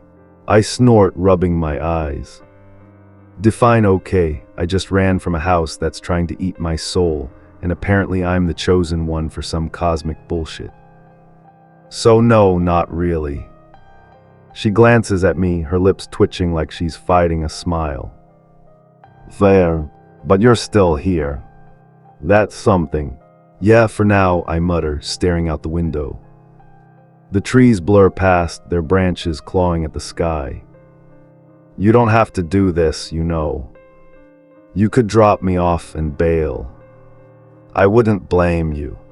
She slams on the brakes, not hard enough to skid, but enough to jolt me forward. The car idles in the middle of the empty road, and she turns to face me, her eyes blazing. Don't you dare. You think I'm gonna let you deal with this alone? After everything we just saw.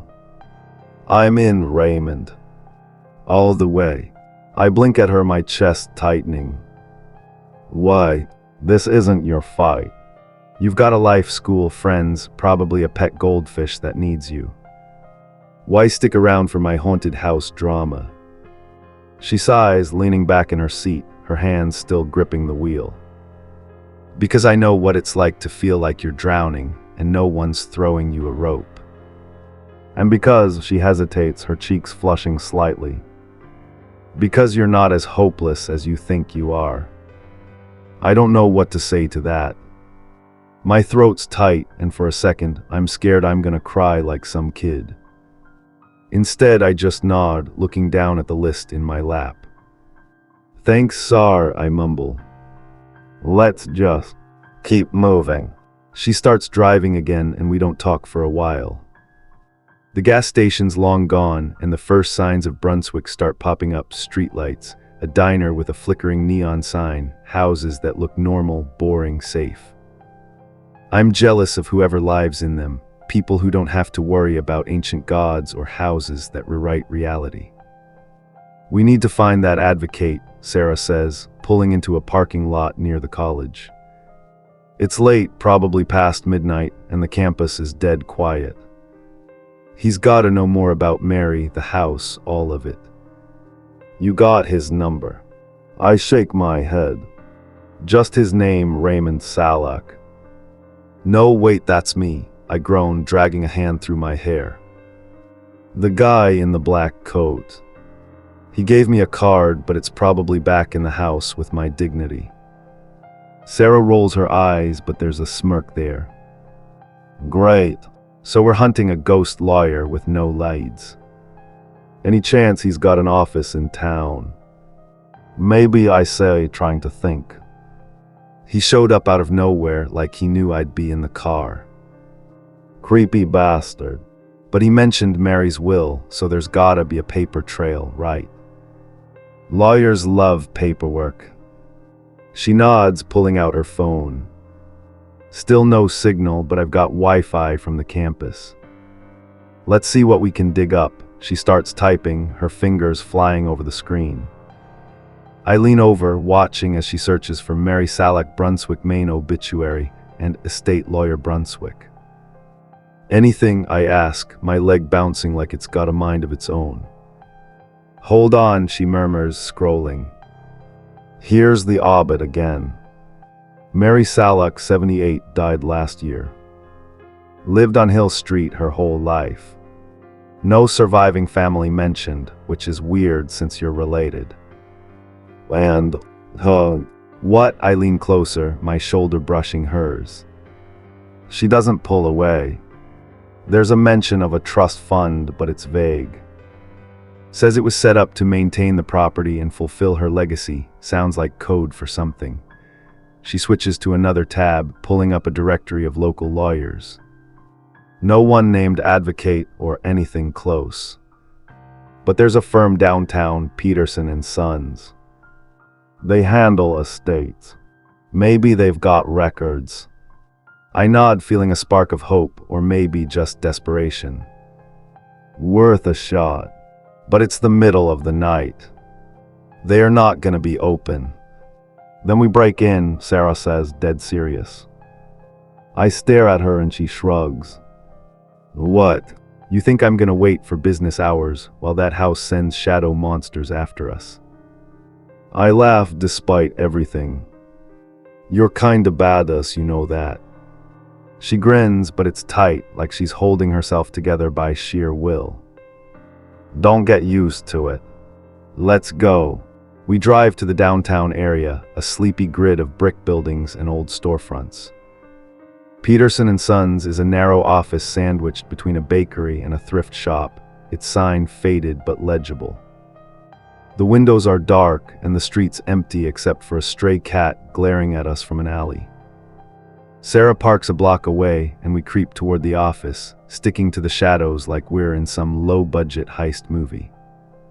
My heart's hammering, but there's a weird thrill to it, like for once, I'm doing something instead of just running. Back door, Sarah whispers, pointing to a rusty fire escape. Less chance of a camera. I nod, following her lead. The alley smells like stale beer and garbage, but I'm too wired to care. The door's locked, obviously, but Sarah pulls a bobby pin from her hair and starts messing with the knob like she's done this before. You gonna tell me where you learned to pick locks? I whisper, keeping an eye on the street. Misspent youth, she mutters, tongue poking out as she focuses. Had a phase where I thought I'd be a spy. Shut up and let me work. I grin, but it fades when I hear something, a low hum like the one from the house. It's faint, but it's there, vibrating in my bones. Sorry you hear that. She freezes, the bobby pin still in the lock. Yeah, she breathes. It's not just me. I shake my head, scanning the alley. The shadows seem thicker now, pooling in corners where they shouldn't. We need to move faster. The lock clicks and Sarah pushes the door open, wincing as it creaks. We slip inside and she closes it behind us, plunging us into darkness. My phone's dead, but she's got a flashlight app, and the beam cuts through the gloom, revealing a cramped office, filing cabinets, a desk piled with papers, and a faint smell of mildew. Start looking, she says, heading for the cabinets. Anything with Mary's name, the house, or your name. I nod, rifling through the desk drawers. It's mostly junk, pens, sticky notes, a half-eaten granola bar, but my hands are shaking, and I keep glancing at the windows, expecting that shadow to be there, staring back. The hum's louder now, and it's not just in my head. The floor's vibrating, just enough to make my teeth ache. Raymond, Sarah calls softly, holding up a folder. Got something. I hurry over and she spreads the file on the desk. It's thick, labeled Salak Mary Estate. Inside are legal documents, a copy of the will, and a map of the Hill Street property. My name's scrawled in the margins of the will, along with words I don't recognize, Latin, maybe, or something older. Look at this, Sarah says, pointing to a letter clipped to the will. It's handwritten, the ink faded but legible. It's from Mary. To you. I take it, my hands unsteady. The paper feels wrong, too heavy, like it's soaked in something I can't see. I read aloud, my voice barely above a whisper. Asterisk Raymond, my blood. If you're reading this, the house has claimed you as it did me. I tried to keep it sealed to hold the gate, but I was weak. You're stronger, stubborn like your grandfather. The key is in your choices, not your blood. Choose to fight, to lock it away, or it will take everything. Burn this letter when you're done. Don't let it linger, asterisk. I stop, my mouth dry. Sarah's staring at me, her flashlight trembling. She knew, she says. She knew you'd end up here. Before I can answer, the hum spikes and the windows shatter inward, glass spraying like shrapnel. Sarah screams and I tackle her behind the desk as the room fills with that blue light, cold, alive, hungry. The shadows here towering over the cabinets, its edges fraying into tendrils that claw at the air. Raymond, Sarah yells, grabbing my hand. The letter, burn it. I fumble for her lighter, my hands slick with sweat. The shadow's moving closer, and I can feel it in my head, whispering things I don't want to hear, promises, threats, my name over and over. I flick the lighter and the flame catches the letter, the paper curling black as it burns. The shadow screams, a sound that rips through me, like it's tearing itself apart. The light flares, then collapses, and the room goes dark. The hum's gone. The air's still. I'm on my knees, clutching Sarah, both of us gasping like we've been underwater. Did it work? She whispers, her voice raw. I don't answer. I can't. Because even though the shadow's gone, I still feel the house, miles away but closer than ever, waiting for me to make my next move. And I know deep down, burning the letter wasn't enough. It's never gonna be enough. The office is dead quiet now, save for the faint drip of something, maybe rain through the shattered windows, maybe something worse. Sarah and I are still crouched behind the desk, her hand gripping mine so tight I can feel her pulse racing. My own heart's hammering, and the burnt scraps of Mary's letter are scattered across the floor like ash from a bad dream. The lighter's still in my other hand, warm against my palm, and I'm half expecting that shadow to come screaming back any second. Raymond, Sarah whispers, her voice barely holding together. We need to get out of here. Now. I nod, but my legs feel like they're made of lead. Yeah, okay, I force myself to stand, pulling her up with me. The office looks like a war zone, papers everywhere, cabinets tipped over, glass glinting in the dim streetlight filtering through the broken windows. Whatever that thing was, it didn't go quietly. Sarah's flashlight app is still working, though her phone's down to 5% battery. She sweeps the beam across the room, and we both freeze when it lands on the folder, the one with Mary's will. It's open, a single page flapping like it's caught in a breeze, except there's no wind. Don't, I say, but Sarah's already moving, snatching the page before I can stop her. She skims it, her eyes narrowing. It's not part of the will, she says, holding it out to me. Wait, a deed for the house. Your name's on it, Raymond. Not Mary's. Yours. I take the paper, my hands shaking. She's right. It's dated a week ago, the day the advocate showed up at my car. Raymond Salak, sole proprietor of 13 Hill Street. My stomach twists. This doesn't make sense. She died a year ago. How's my name on this? Sarah's biting her lip, thinking hard. Maybe it's not about when she died. Maybe the house, I don't know, rewrote it. Like it's locking you in. Locking me in, I echo, the words tasting sour. I shove the deed into my pocket with the list, not wanting to look at it anymore. Come on, we're not sticking around to find out. We pick our way through the wreckage, stepping over glass and splintered wood. The back door's still ajar, and we slip into the alley, the cold air hitting us like a slap. The hum's gone, but I keep checking over my shoulder, expecting that blue light to flare up again.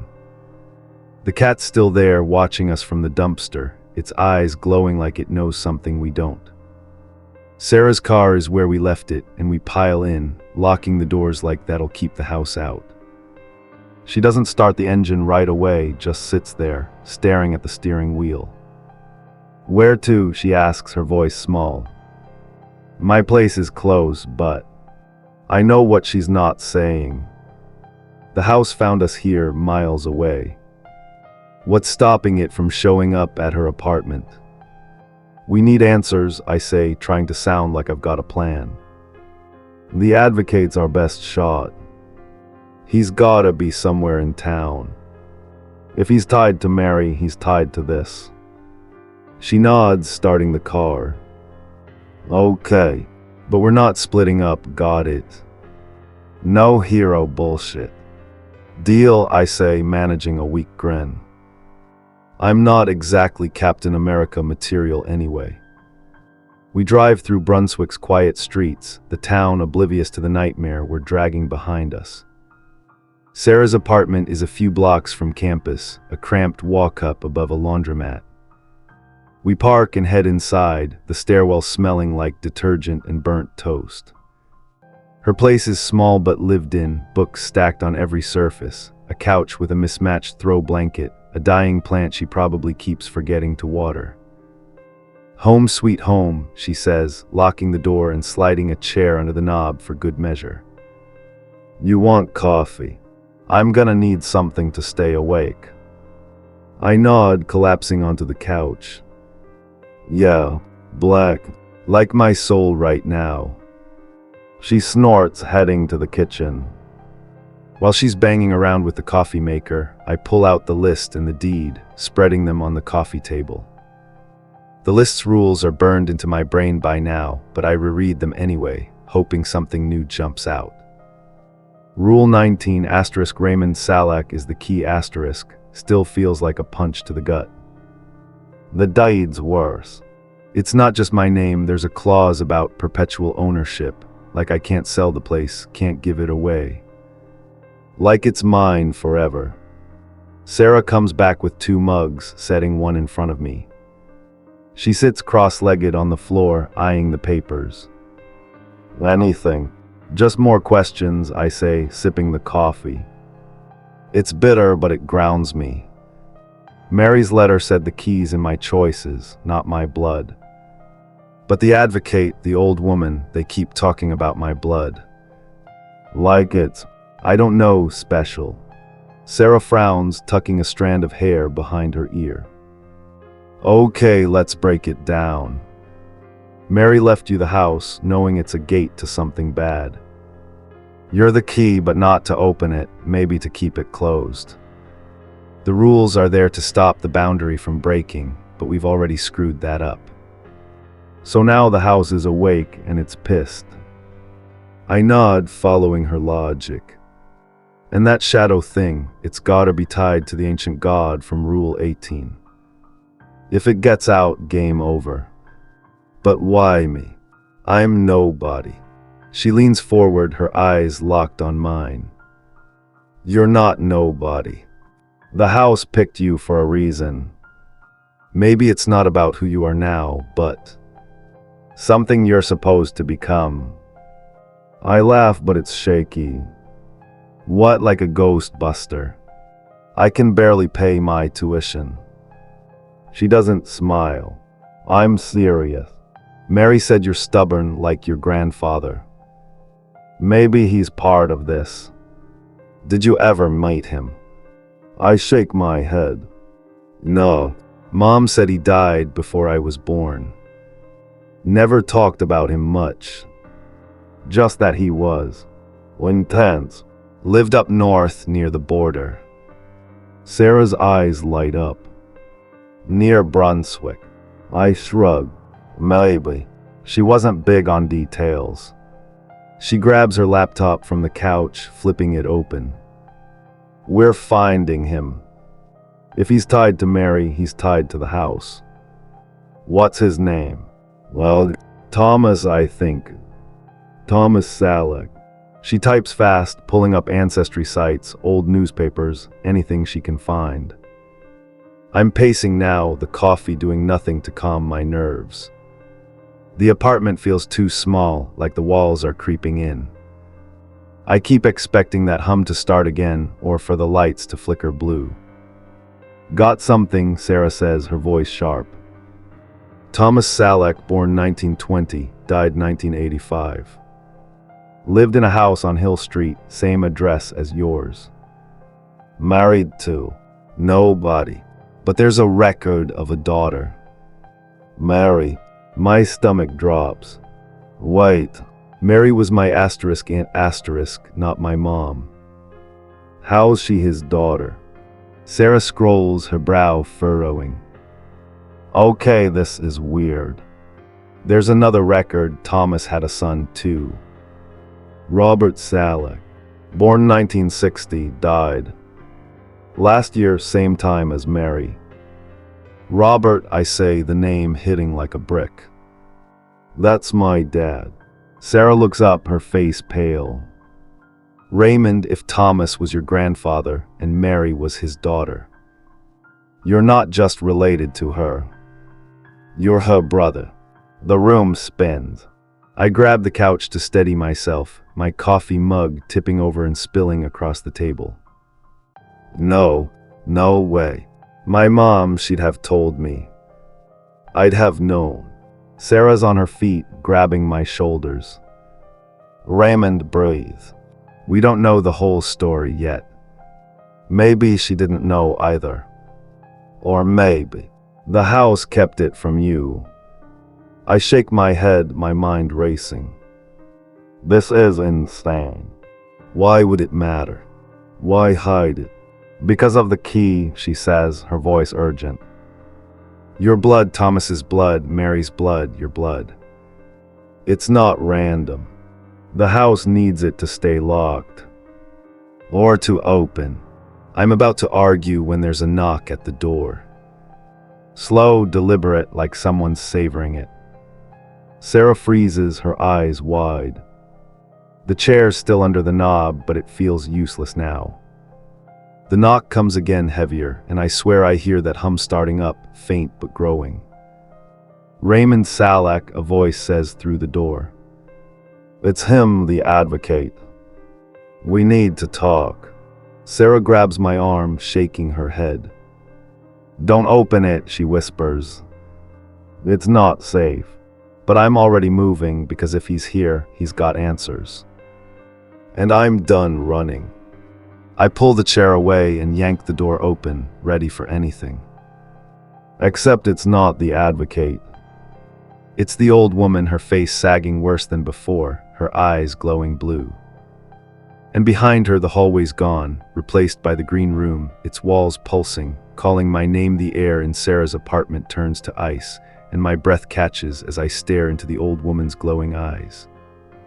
They're not just blue, they're alive, swirling like storm clouds, pulling at me like they want to drag me straight into that green room pulsing behind her. The hallway outside Sarah's door shouldn't be gone, but it is, replaced by that sickening, breathing void from the house on Hill Street. I can feel it in my chest, a pressure that says asterisk, come back, you belong here, asterisk. Sarah's behind me, her hand clamped on my arm, trying to yank me away. Raymond, shut the door, she hisses, but I'm frozen, my hand still on the knob. The old woman's lips curl into a smile, her teeth glinting like shards of glass. You can't run, boy, she says, her voice echoing in my skull. The house sees you. It asterisk knows asterisk you. I slam the door or try to, but it's like pushing against a wall of water, slow, heavy, wrong. The green room's light spills through the gap, painting the apartment in sickly hues. Sarah's tugging harder now, her nails digging into my skin. Move, damn it, she yells, and I snap out of it, throwing my weight against the door. It shuts with a thud that shakes the floor, and for a second, everything's quiet. We're both panting, backed against the door like it might burst open any second. Sarah's glasses are crooked, her face pale but fierce. What the hell was that? She demands, her voice shaking. That wasn't just her. That was the house, wasn't it? I nod, my throat too tight to speak. The list of rules is still on the coffee table, soaked in spilled coffee but intact. I stumble over and grab it, my hands trembling as I scan the words again. Rule 19 * Raymond Salak is the key asterisk. Mary's letter said it's about my choices, but standing here, with the house breaking reality to get to me, I'm not so sure. It feels like my blood's screaming, like it's part of this whether I choose it or not. Sarah's at my side, peering over my shoulder. We need to figure this out now she says, her voice steadier than I feel. If the house can reach us here, we're not safe anywhere. Your grandfather Thomas, there's gotta be more about him. Something we're missing. I nod, trying to focus. You said he lived in the house. Died in '85. That's, 40 years ago. If he was part of this, maybe he left something behind. Records, a journal, anything. She's already back at her laptop, typing furiously, despite the low battery warning flashing on the screen. I'm looking for anything on Thomas Salak, property records, police reports, anything weird tied to Hill Street. She pauses, glancing at me. You okay to keep going? Because if you're not. I'm fine, I lie, wiping sweat off my forehead. I'm not fine. I'm terrified, and every creak of the apartment makes me flinch, expecting that blue light to flare up again.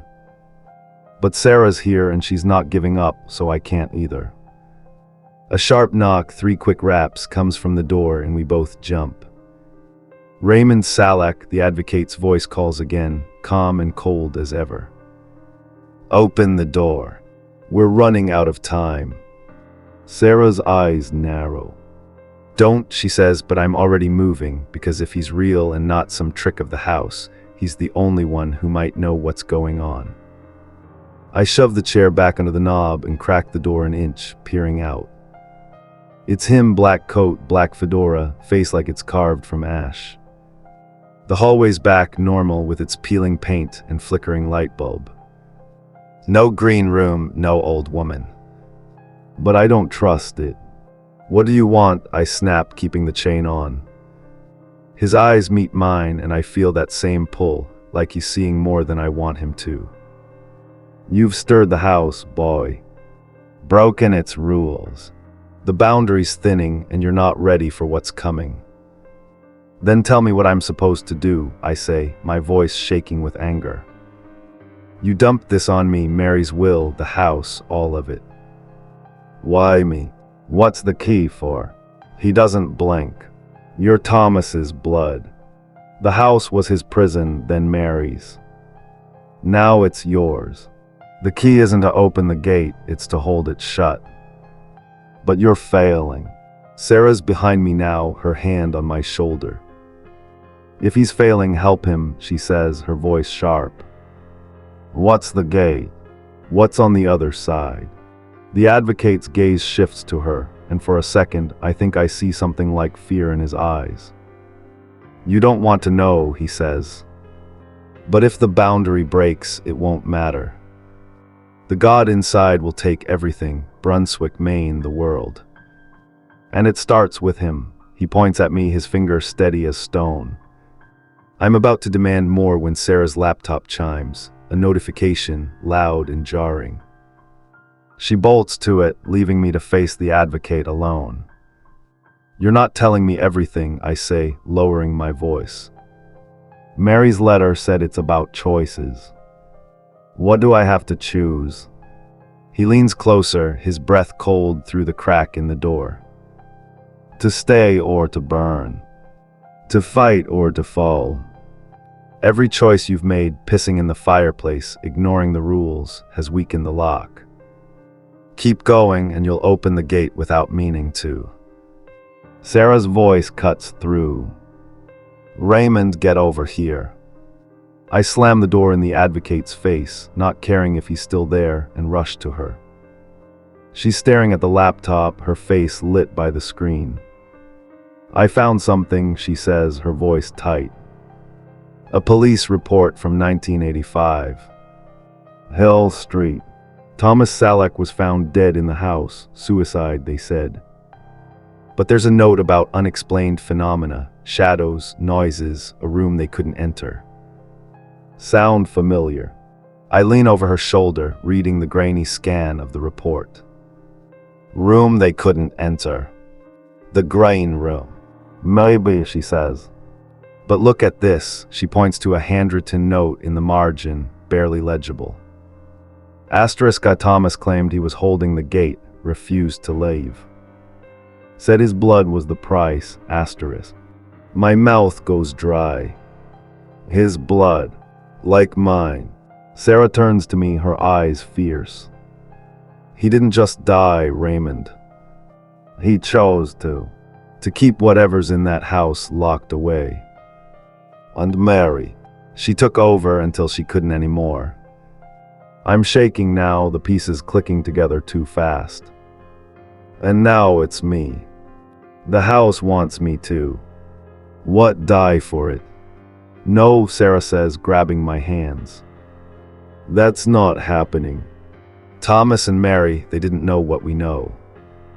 We've got the rules that aid each other. We can fight this. Before I can answer, the lights flicker and that hum starts again, low, bone deep, like the house is laughing at us. The walls creak and I swear I see the shadows shift, stretching toward us like fingers. Sarah's laptop sparks and goes black, the smell of burnt plastic filling the air. Raymond, she whispers, her voice steady despite the fear in her eyes. We need to end this. Tonight. I nod, my heart pounding. Back to the house. She swallows hard, then nods back. Back to the house. We grab the list, the deed, and whatever courage we've got left and head for the door. The advocate's gone when we open it, the hallway empty. But as we step out, I feel it, the house, waiting, its pulse syncing with mine. It knows I'm coming back. And this time, I'm not running Sarah and I drive back to Hill Street in silence, the Corolla's engine the only sound cutting through the weight of what we're about to do. The town slips away behind us, Brunswick's lights fading until it's just us, the road, and the pull of the house. My hands are steady on the list of rules, but inside I'm a mess, fear, anger, and something else, something like resolve, all tangled up. Sarah's staring straight ahead, her jaw set, and I know she's scared too, but she's here. That's enough to keep me from turning the car around. The house looms up as we round the bend, its silhouette black against the moonlit sky. It looks quiet, ordinary, but I can feel it watching, waiting. The windows are dark, but they're not empty. I swear I see shapes moving behind them, flickers of that blue light. I park a good distance away, not trusting the driveway, and we sit there for a moment, neither of us moving. You sure about this? I ask, my voice rough. Sarah turns to me, her eyes fierce, even in the dim light. No, but we don't have a choice. If you're the key, we end this on your terms, not the house's. I nod, gripping the list and the deed tighter. Okay, let's do it. We get out, the night air biting at our skin. The Ander River murmurs in the distance, a soft counterpoint to the hum I can already feel building in my chest. The house doesn't move, doesn't change, but it's alive. I know it is. Every step closer feels like wading through mud, like it's trying to push us back. Sarah grabs my hand, her fingers cold but steady, and we climb the porch steps together. The front door's ajar, just enough to show a sliver of darkness inside. I don't want to touch it, but I do, pushing it open with a creak that echoes like a warning. The air inside is heavy, thick with that ammonia and draught smell from the green room. The foyer's the same as I left it, bare, dusty, wrong, but the shadows seem deeper now, pooling in corners like they're waiting to pounce. Stay close, I whisper, and Sarah nods, her flashlight beam cutting through the gloom. We move toward the stairs, my eyes locked on the hallway leading to the green room. That's where it's strongest, where it's always been. If I'm the key, that's where this ends. The hum grows louder as we climb, vibrating in my teeth, my bones. The walls pulse faintly like a heartbeat, and I hear whispers, my name, Sarah's, Mary's, Thomas's, layered over each other until they are a single, suffocating sound. Sarah's breathing fast, but she keeps moving, her hand never leaving mine. We reach the third floor, and the green room's door is wide open, spilling that blue light across the hallway. It's not just light anymore, it's alive, writhing, reaching for us. I can see shapes in it now, not shadows but asterisk things, limbs, eyes, mouths, all twisting together like they're trying to break free. The air's so thick I can barely breathe, and every step feels like I'm pushing against a current. Raymond, Sarah says, her voice strained. The rules, Rule 19. You're the key. Mary said it's about choices. Whatever's in there, you don't let it decide for you. I nod, my throat tight. I know, but if this goes wrong. It won't, she cuts me off, squeezing my hand. We're ending this. Together. I take a deep breath, the list crumpled in my fist, and step into the green room. The light swallows me, cold and heavy, like diving into a frozen lake. Sarah's right behind me, her flashlight useless now. The blue glow drowns everything. The room's not a room anymore, it's endless, walls stretching into nothing, floor rippling like water. And in the center, there's something. Not the shadow, not the old woman, but bigger, older, its form shifting. Eyes 1 second, claws the next, a mouth that screams without sound. Raymond Salak, it says, and its voice is every voice I've ever heard. My dad's, Mary's, Sarah's, mine. You are the key. Open the gate. I feel it pulling, not just at my body, but at something deeper, like it's trying to unravel me. My blood's burning, my head's screaming, but I plant my feet, clutching the list like a lifeline. No, I say, my voice shaking but loud. I'm not opening anything. You don't get to win. The thing laughs, a sound that tears at my mind, and the room shifts. Suddenly it's my childhood bedroom, then the car crash that killed my parents, then Mary's face, hollow and desperate. You cannot hold it, it says. Your blood is mine. Your choices are mine. Sarah's hand tightens on mine, grounding me. He's not yours, she shouts, her voice cutting through the chaos. Raymond, choose. Look it. I don't know how I know what to do, but I do. I rip the list in half, then again, the paper shredding under my fingers. I choose to end this, I say, my voice steady now. No gate. No God. Just me. The thing screams and the light surges, blinding, burning, but I don't let go of Sarah and I don't back down. I feel it in my chest, a snap like a chain breaking. My blood's still burning, but it's mine, not the house's. The room collapses inward, the blue light imploding, and we're thrown back, hitting the hallway floor hard. Everything's still. The hum's gone. The green room's door is closed, just wood now, no light, no pulse. Sarah's gasping beside me, her glasses cracked, but her eyes clear. Did it work? She asks, voice raw. I sit up, my body aching like I've been hit by a truck. The house feels empty, not safe but quiet, like it's holding its breath. I think so, I say, but I'm not sure. I can still feel it, faint, like a scar that'll never quite heal. We stumble downstairs, not trusting the silence. The front door's still open and we step onto the porch, the night air clean and sharp. The house doesn't follow us, doesn't call me back. But as we walk to the car, I look over my shoulder, and for a split second I see her, Mary, standing in the doorway, her face sad but calm. She nods just once, then she's gone. Sarah drives us away and we don't talk about it, not yet. The deed's still in my pocket, the house still mine, but I'm not going back. Not tonight, maybe not ever. I made my choice, locked the gate, but I know the house is patient. It'll wait. For now, though, I've got Sarah, and that's enough. The road stretches out and we keep driving, leaving Hill Street behind. But deep down, I know the key's still in me, and someday I might have to choose again.